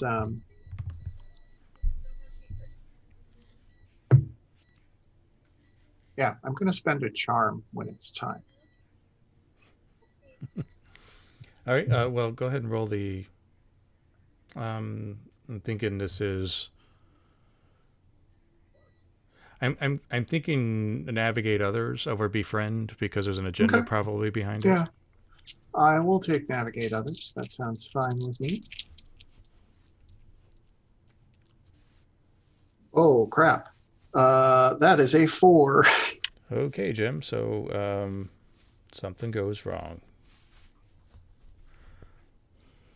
I'll let you take it. And I go, you see, I still love you. And frankly, I wouldn't like anything bad to happen to the former coven. But the thing of it is, the future hangs on them. I don't know a lot, and I've taken on the role to create as even a playing field as I can. That is my role as a balancer, as one who brings that kind of equality. I've done all I can to level the playing field. I can tell. But that's all I can do. I can't guarantee the safety of anyone. All I can do is tell you this. Everyone you know and love has a role to play in this. So you're including saying yourself. You're saying we don't have a deal, is what I'm hearing. They have a fate that I cannot interfere with. I Well, cannot. Continue. I cannot. What is it in specific that you want me to do? I just wanted to get you inside the church. Mm-hmm. Chris, I'd like to spend a charm. Mm-hmm. This church is basically a bomb. It's full of ghosts because the churchyard attached to it is something is off. It's something about the ground is not consecrated correctly. So everybody who's been buried here has been here for probably hundreds of years because it's an old churchyard. And they're really looking for a way to get to the veil. And fortunately for them, I'm really good at opening pathways to the veil. So the second I say, I just need to get you inside the church, I'm going to open a pathway to the veil right behind Cabe. And if I do this right, the ghosts are going to just push him through the veil and then I can close it. Whoa. All right. Well, deal with Cabe is still on the table. So you can confront that. Yeah. And how do I get more charm? I just miss a roll. If you get a 10 plus on a mundane roll, on a regular move. I don't think I've done that tonight. And you can get one every chapter too. Oh, great. No. Wonderful. I'm sorry. You get one every session. Yeah, I just spent my one this Yeah. session on making this church a bomb. Um, yeah. Okay. So here goes. You can also get more charm by accepting escalated conflicts from me. I got a 9. All right. That resolves the conflict. Wow. It'll work with a caveat. Jim, do you want to take it? Sure. Cabe pulls out what looks like a walkie-talkie and goes, "Yep, it turned bad. Execute the order." And puts it back in his pocket and just opens his arms wide and accepts the fate before him. And what does that fate look like? Basically, a bunch of angry ghosts just sort of like whip at him and sort of start shredding. You see his cheek sort of get cut open, his clothes started shredding as they start pulling him into the veil. Nice. But And he he radioed goes- somebody? Uh-oh. Oh yeah, What should we call that conflict? you're gonna miss your daddy. Going to miss your daddy. Well, fuck. Oh, shit. I know what that means. That's a problem. That's a big problem. Do you think he would have come here without any kind of insurance whatsoever? Apparently not. Conniving son of a bit. Okay, anyway, let's move on. On that note, I think we do need a meeting so that those of you in the train can kind of figure your shit out. It's now getting close to 11 o'clock at night. The train is going, you don't really know how. Argyle's in charge of it. There were 10 survivors.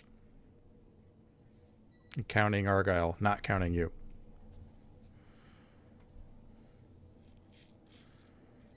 Well, we're on the train. You're on the train. This is an old train. This shouldn't be operable. It's rusting through. Cold.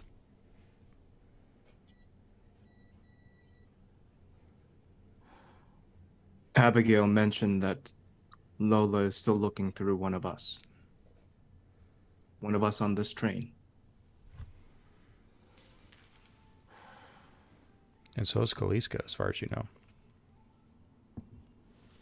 Oh, was it Kaliska or was it Lola? Oh, yeah, it was Kaliska that was looking through. Okay. Well, Okay. Kaliska Yeah. was looking through, but Lola's spirit is in someone else here. Yeah, Right. Kaliska was looking Gotcha. through, but I think that got kind of resolved, didn't it? Yeah. Oh, right, with your Yep. Right. Faustian bargain. Right. Yeah. Okay, so now we're Right. dealing with Lola being a passenger inside a passenger. Yes. Okay. How She's do doing we divine essentially- who's who? She's doing essentially what Abigail said really couldn't be done, or at least the way Abigail was going to do it. She's cohabitating someone, apparently.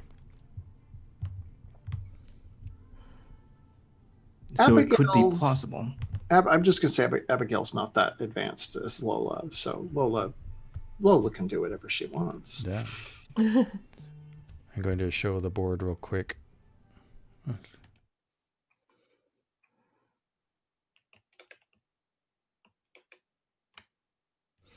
So there's a bunch of conflicts still in play. And you're in a meeting, so this is your chance to figure out what you need to do before you go into the next chapter. And if you need to loop Abigail in, you can always, like, speakerphone or something. Yeah. So how do we ID the person that she's inhabiting?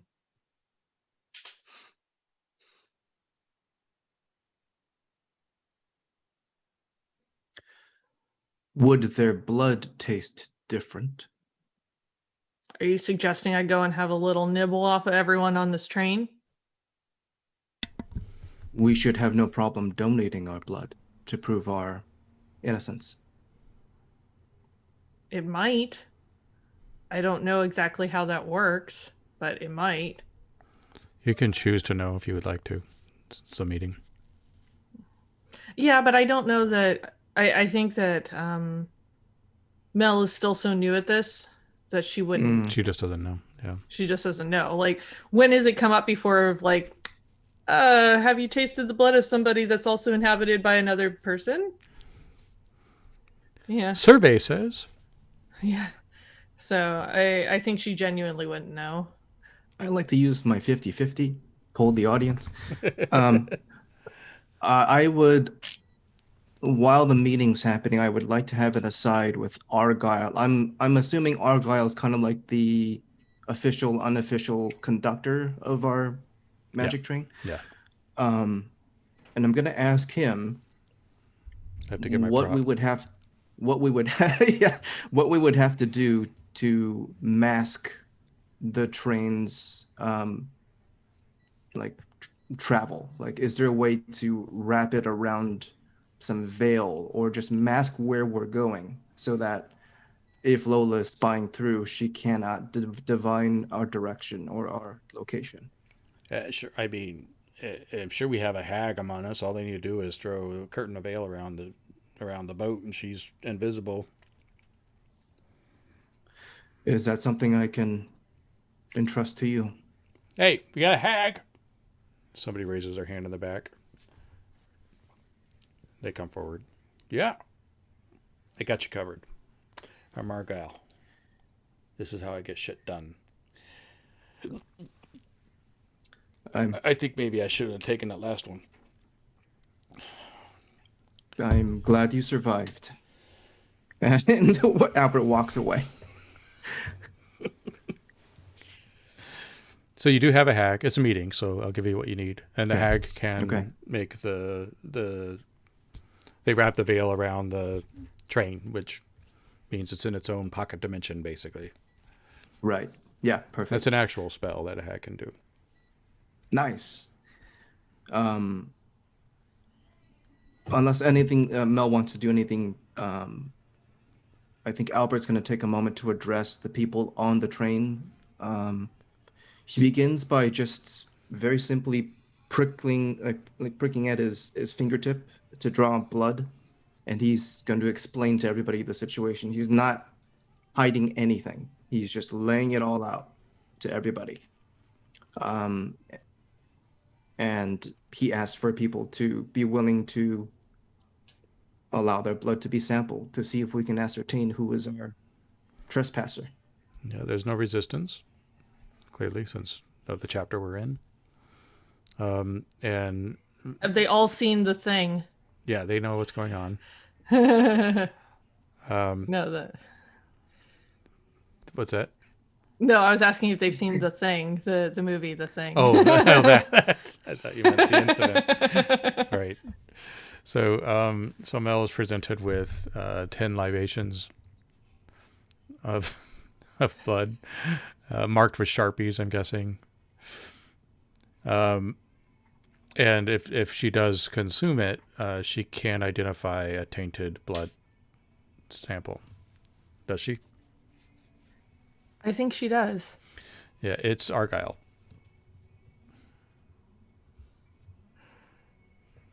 That's fun and exciting.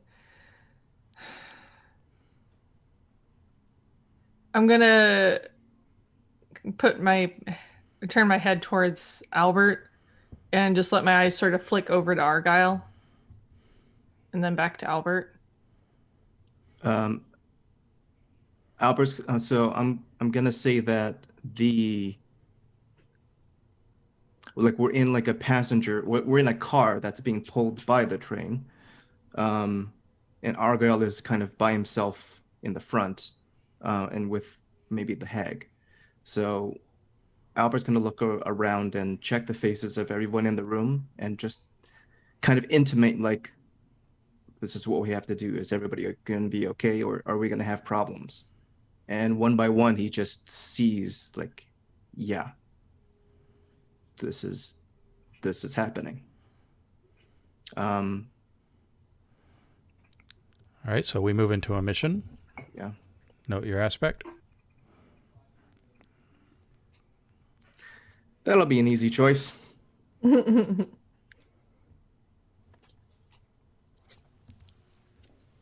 be a quick mission. We'll see. Don't know. Do we have a plan, Albert? Because most of mine involve people not being alive anymore. I'm not a fan of Argyle, but I don't wish him harm. If there's a way to remove Lola's presence without harming him, that's what we'll do. If we have to. Open to suggestions. We could simply ask and gauge his response. Okay. After Does you. anyone else? He looks around the room. Does anyone else propose anything other? You get mixed responses. Some people think that you should just put him down. Some people think you should draw the spirit out. Are there other? Albert asked, are there any here that practice the craft of Hekate or the hag that can be of support here in drawing out a spirit? If we're still in the meeting, I guess I switched too early. If you want that to be the case, then yes. Can I get more than one? Can I have two? Yeah. Can I have one of each? Yeah, you can. If just, the meeting, just backup, just as backup. the point of the meeting is to get all the resources you need for your mission. So okay. So I'm going to recruit. I'm going to say there's one Hekate and one hag just to round it out. And I'm going to approach, assuming everyone else is ready, unless there's anything else we need from the meeting. So now we're in the mission. Argyle is at the helm. Not a helm, the engine room. I don't know. Whatever. He's the driving the thing train. with the the drain I think the play that Albert's going to make is he's going to encourage Argyle to drink more and commiserate over the witches that have been lost. And I'm trying to get him more drunk to see if that drops his defenses a bit. We're going to make this a really old train. This is a coal engine. So he's at the cabin and there's, the burning furnace, coal, the steam tank, and it's Polar Express cold, and he's kind of up there and drinking, and he happily takes drinks with you. You don't need to roll for that. Okay. So he'll get as drunk as you allow him to get. And he keeps complaining about a headache. I keep on having this. It's like it's a migraine that keeps on popping up in the back of my head, but then goes away, and you're gonna have to drink away the pain. You just need more hair of the dog, Argyle. We need you for this, so make sure you have enough of what you need. And Albert's just gonna keep pouring and pouring and pouring. All right. So when he gets to that state, miming drinking. What are you doing when he gets to that state? He's going to give a nod to the spirit pullers and just for them to start doing it. Okay, so what we're going to do is rally against Argyle is hosting Lola. Okay. Rally. I am not in the right aspect for that. I did not choose wisely after all. All right, here we go. This is just a regular roll? Yep. Just the 2 dice? Because you're not casting magic. Right. And remember, you can spend a turn to change your aspect. Yeah, you can. That's right. I got a natural 8. Okay. I'm happy with that. All right. So they draw her out. Nobody present can see the spirit. But the Hekate witch, let's call her Sam. She's one of the ones that came in with the inverted coven, kind of tattered looking flannel. A new friend for Abigail? A new friend for Abigail.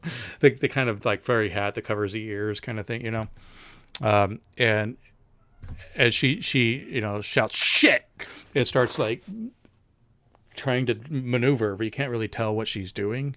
And then after a moment, she's like, she's out. She's out, but she's gone. I couldn't catch her. He looks like, oh, that's much better. Argon. That's much better. Are we sure we got all of her out? Yeah, she was there. I saw her. Any idea where she might be ending up?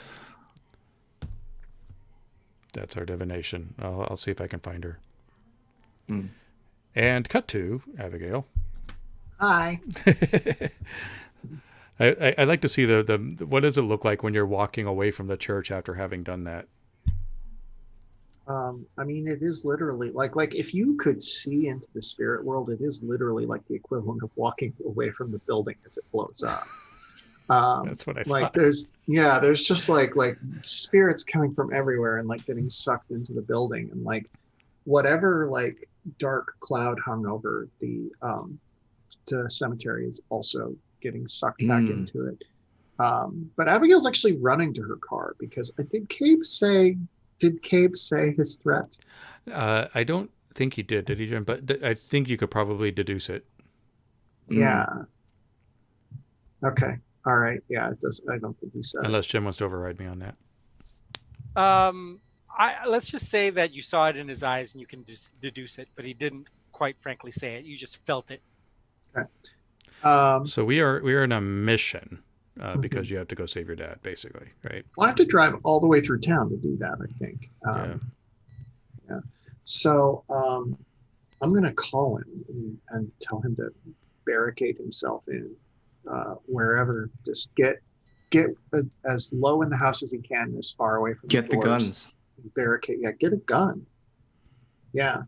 I'm just screaming all of this at him as I'm barreling down the highway at like 100 miles an hour.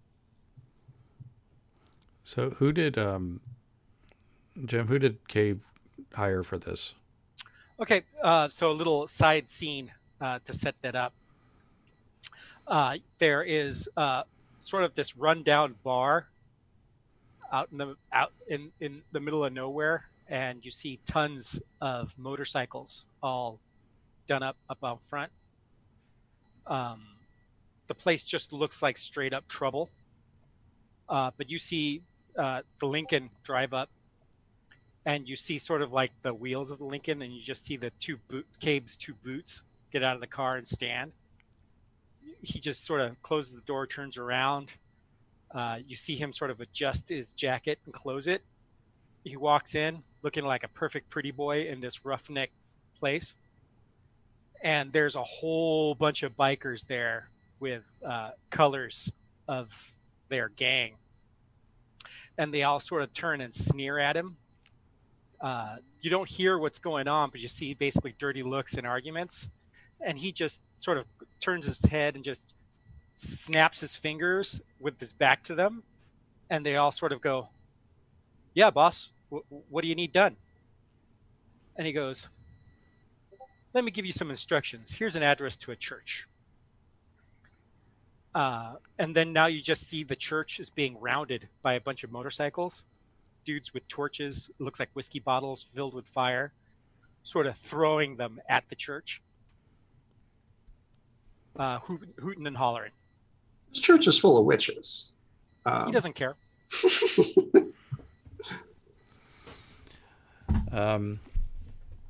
Okay, so yeah, your dad answers and explains that they're being mobbed by these bikers, but some of the witches have come out to defend the place, but things have gotten really quiet, and he's just staying in the basement. Good thing it's another church. Yeah, I want to get there, much faster than I ever have before. Somehow not getting a ticket. Yeah, I think I pull up and the car screeches to a halt, and I get out in my sensible yet fashionable boots and try to see what's going on. All right, so yeah, the trying to decide how I want to pivot, unless you want to jump in, Jim. My whole thing was I was going to set up the challenge and figure out how she was going to overcome it. Mhm. But you know, how many of them are there? Enough to be challenging. And they're basically just after burning down this church and making sure nobody gets out. So when you arrive, you see that the bikers have raised hell. I mean, it's like it's like the Hill Valley in Back to the Future 2. I mean, they're just burning buckets, burning barrels. They're knocking shit over, breaking glass, and there are a couple of people that have been strung up. And they're like basically strung up some people and are beating them. You don't see any of the witches around, but this is a mission, so you have your moment and shine, and whatever aspect you're in, you'll get a wheel on those spells. Yeah. To knock down the big cross that is at the entrance of the church. They've knocked that down. They've trashed the foyer. They're driving their motorcycles into the foyer. I'm in Crone because you don't mess with my dad. And I'm going to attempt to God, this is a bad idea, but I think it's what I do. I'm going to make them all zombies. Oh I mean, it's like a slow burn zombie thing, but it will be that will be future Abigail's problem. The subject will decay, but the life force will remain. They become as zombies in a perpetual state of rot and hunger, but their life spirit will not vacate, even as the body is dead. So now this is going to be a substantial work because there are so many of them. Yeah. So usually that means that you'll need more time or more resources or more something to be effective. How are you going to bring it to the next level? I mean, there's a whole bunch of fucking witches in there, Obviously, I can't get to them, but if there's other Hekate there, I can relay a message to them with spirits. All right, so you're calling in with other witches to come and help. They've been, and when you connect with them, you can tell they've been sort of keeping them out of the, what's the term? The worship room, the chapel.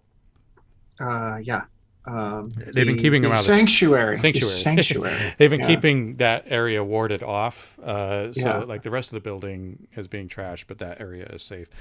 All right, so you'll need to then first open it up to them, and then they can help you with this spell. So this is going to be a twofer. Okay. Since you're Hekate, I'm going to give you some liberty here, and this is really just going to be a rally roll. Sure. And I think the conflict is it could be either biker gang or you're going to miss your daddy. Yeah, I'll start with you're going to miss your daddy. Yeah. Okay. So rally. Oh hell yeah, that's an 11. All right. Heck yeah. I got a charm. Yay. Oh, yeah. Okay, so yes, you have narrative control. So what do you find when you open up to the witches inside? There are 6 or 7 Hekate, more than enough to do what I want with them. And my dad is like, I can tell just from what the spirits see that he's like safeguarded behind them, behind all the witches who are warding things. And he's kind of staring at them in awe. And I just send a spirit messenger to all of the Hekate inside. It's it's the spirit of a little boy that I've sort of plucked from the nearby road.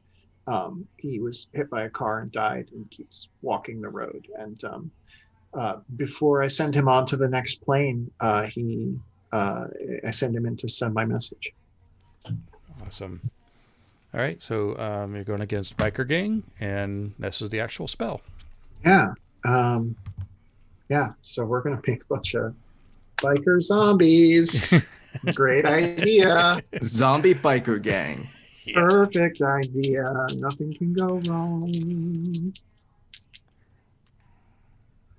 Oh boy, that is a 8. Did you roll that wheel? Yes. Okay. I mean, I don't know what the complication could be with a zombie biker gang, but Nah, you're covered. They begin to rot. Their mind begins to melt. Some of them, you actually see some gray matter leaking from behind their ears and through their eyes. And the transformation happens way quicker than you had intended. And they are stumbling around, confused, disoriented. Frankly, not that different than how they were before. But this time, they do focus on you and turn. And now you have a horde of biker zombies lurching towards you because you smell divine. oh god, I bet I do. Yeah, I want to defend myself. I know that my dad has a shotgun in the car, and I know how to fire a shotgun. So if I can get to the car, I can use it to ward him off. I don't know if I'm going to actually kill them, but I'm just hoping normal zombie rules apply. All right. So this is protect against zombies attacking. Yes. And then this might be the end of your mission here, because I think you'll probably roll well, right? God, I hope so. Oh no, I got a 5. Okay. I jinxed that.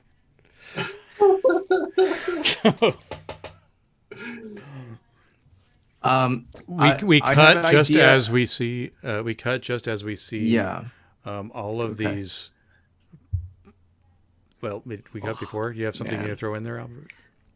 Well, no, I was going to say I don't want to rob Abigail from her moment, but if we wanted Deus Ex Machina, I'm willing to spend a charm to have rails appear before the zombies. That is your choo-choo noise. You can totally do that.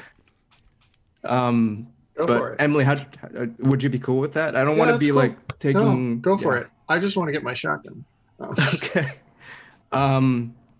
Yeah, I think we have maybe a moment where you fire off a few shots and you're realizing you can't reload fast enough to cover what you need to cover. And they're coming in and yeah. Abigail is not a good shot also. Like she really avoided taking Dad's hunting lessons, and it was a point of connection between them. She didn't like to kill living things, and also she didn't like girls. What? No Duck Hunt on Nintendo? But yeah, she's not a good shot. That is autobiographical. And she probably doesn't factor in the kickback of the gun and things like that. Yeah, it's it's one of those old shotguns. So yeah. Oh yeah. Yeah. It looks good, but yeah. I look super cool. Yeah. But that's she gets all the screen time for that like heroic moment. And then when it just seems like, okay, she's about to get overrun, we see some train rails just kind of materialize on top of a bunch of the zombies, and they get crushed underneath. And there's this tearing sound of something coming through from the other side. And I think it's got the Star Trek warp in effect of like something coming in way faster than it should, and then it suddenly stops still. And it's our train. Took you long enough. The Hekate link is still set, and then all of a sudden, all of the churchgoers and townspeople, the pastor and the witches that were in the church are now filing onto the train. They're on the glory train. I am just gonna take a look at. Go ahead. I'm just gonna whisper to Argyle. Sorry, just going to whisper to Argyle, I knew it could work. And that's it. I'm just going to look to Albert and Mel and say, Cabe won't be a problem anymore. Good. He's somewhere else. It's good to be back. I've hurt a lot of people tonight, and I don't feel good about it. But I had to protect us. I had to protect everyone. I'll work it out with whomever when the time comes.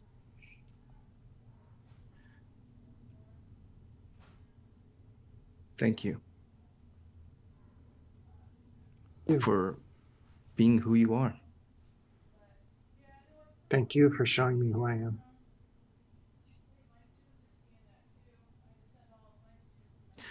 What I mentioned about my sister, Alice, I'm not trying to die. I'm not trying to martyr myself.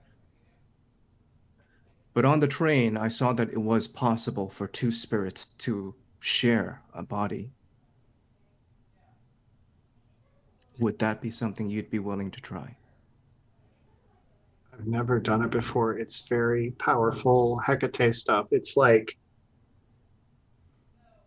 if I were one of the seven, yeah, I could do it, but I'm not sure. Or like, I don't know, whatever's right behind, right below the seven, the 14. Um, you know, but yeah, I'm not that powerful. I'll try. And maybe if we have some other Hekate around, we can try and boost my power. But I mean, you could still die. I will never ask you to do anything that compromises what you know to be right and true. If the time comes, I'll ask again. But Okay. for now, welcome home. And I'm glad to be here. But yeah, if we can keep you here and get her here, that's better. It's more than I've ever had to do, and more than most witches are capable of. But I mean, I made some zombie bikers. That's a lot. So all of the surviving cast is present, including, I think Jennifer made it onto here somehow. Maybe we can explain that later, but Alex, everybody, all the survivors are here on the train. Mhm. Oh, Alex came back? Well, he Hi, was in the Alex. church, yeah. Right, okay, right. Maybe that's right. They had been at the cabin, but I mean, it's also set a couple days later. Maybe they came back. Maybe they were. Okay, cool. Right. Yeah, and that means Megan's there too. That's right. They're in Michigan. That's okay. We can't really retcon that. That's pretty far, and it's a big storm, so never mind. They're not there. But anyway, my point is that as soon as midnight hits, which is, pretty much right this moment. uh-oh. There is a feeling of it's like you had several shots of espresso in a row. Everybody is just buzzing with energy. And even though it's nighttime, you can see outside as if it's day. And it suddenly feels like you could just do anything. The power is surging through your veins. Even the beast inside of Mel immediately squirrels away and hides from this. It is now the solstice.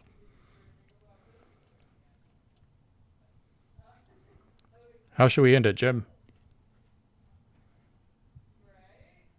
I don't know, with me spending a charm point and the police showing up in Michigan and arresting a certain set of people.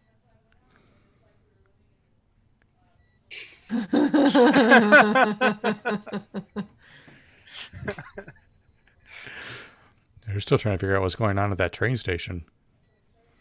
No, I mean, I got nothing. I think that the cool thing about it is to end it with a visual of maybe the eclipse as the moon comes over, and then you just sort of see that, and then you see basically a map of sort of like an overhead shot of the town, and you just sort of see crows moving in and sort of emulate the exact sort of like eclipse motion of it, and basically a hand just sort of tip over an hourglass, and the sands start falling, uh, and everything sort of just fades back to black Perfect. as things are beginning.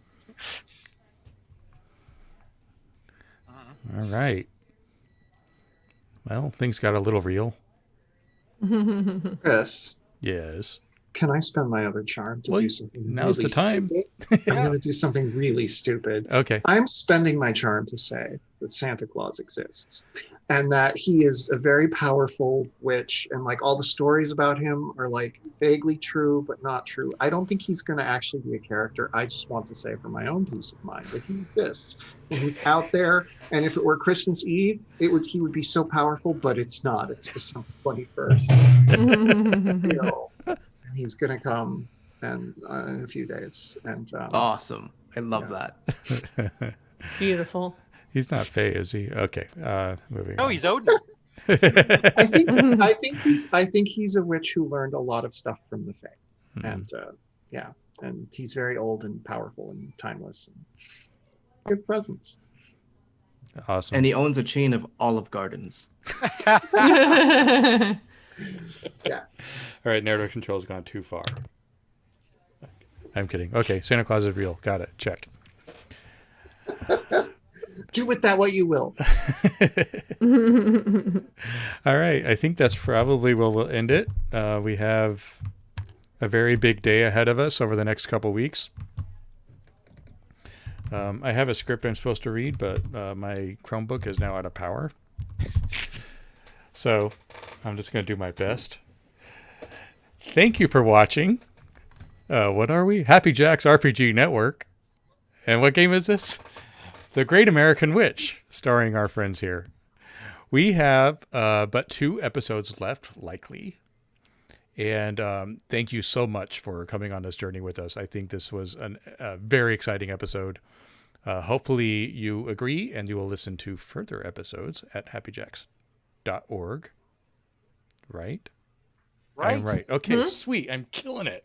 Okay. Yeah. The other thing I want to mention is that we are going to be on in 2 weeks, which, let me look at my phone. I think that is, we're in September, so that would be the 28th. We will be here for session 11. I am Christopher. You can find me at Gray Author with an E on Twitter and I guess everywhere else. Mac, where can we find you? I'm Mac. Probably just lurking behind your shoulders when you think that you're alone in the room, but also on the social medias as @strangelikeThat. That's the Facebook, the Instagram, and the Twitters. It's also strangelikeThat.com. It's my website. And you can also find me over at 12 Sided Stories, where we do a highly produced podcast with sound effects and music and all kinds of fun stuff. So check that out. Emily, where can we find you? I am Emily. You can find me on Twitter at EmilyVDW. I also play in the Wednesday night Savage Worlds game, and I'm having a great time over there. We're getting up to all kinds of trouble. Yeah, other than that, all of my fun exploits and adventures can be followed on EmilyVDW on Twitter.com. And Jim, thank you for helping me guide tonight. Oh, you're making me feel like I'm making a career of evil, but no, this is actually a brand new experience for me, and I'm having a really good time. I hope you guys like at least some of the choices that I'm making. I'm just trying to spice things up for you guys and not be a jerk.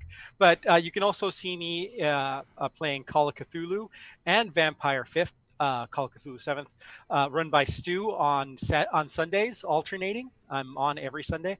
And then also in 2 weeks here with Chris and you fellas.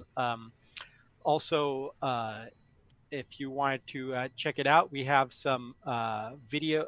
Actually, Tomes created a fantastic video on how to be a better role player that he did as a live broadcast from Strategicon from Gateway this year. And I will be posting up some links on that on strategicon.net if you guys are interested in that. And thank you so much, Tomes, for doing that. He did a fantastic job. It's a great video with a lot of insights. You can find me at +10 to Awesome on Facebook, Twitter, and Instagram. And last but not least, Joe.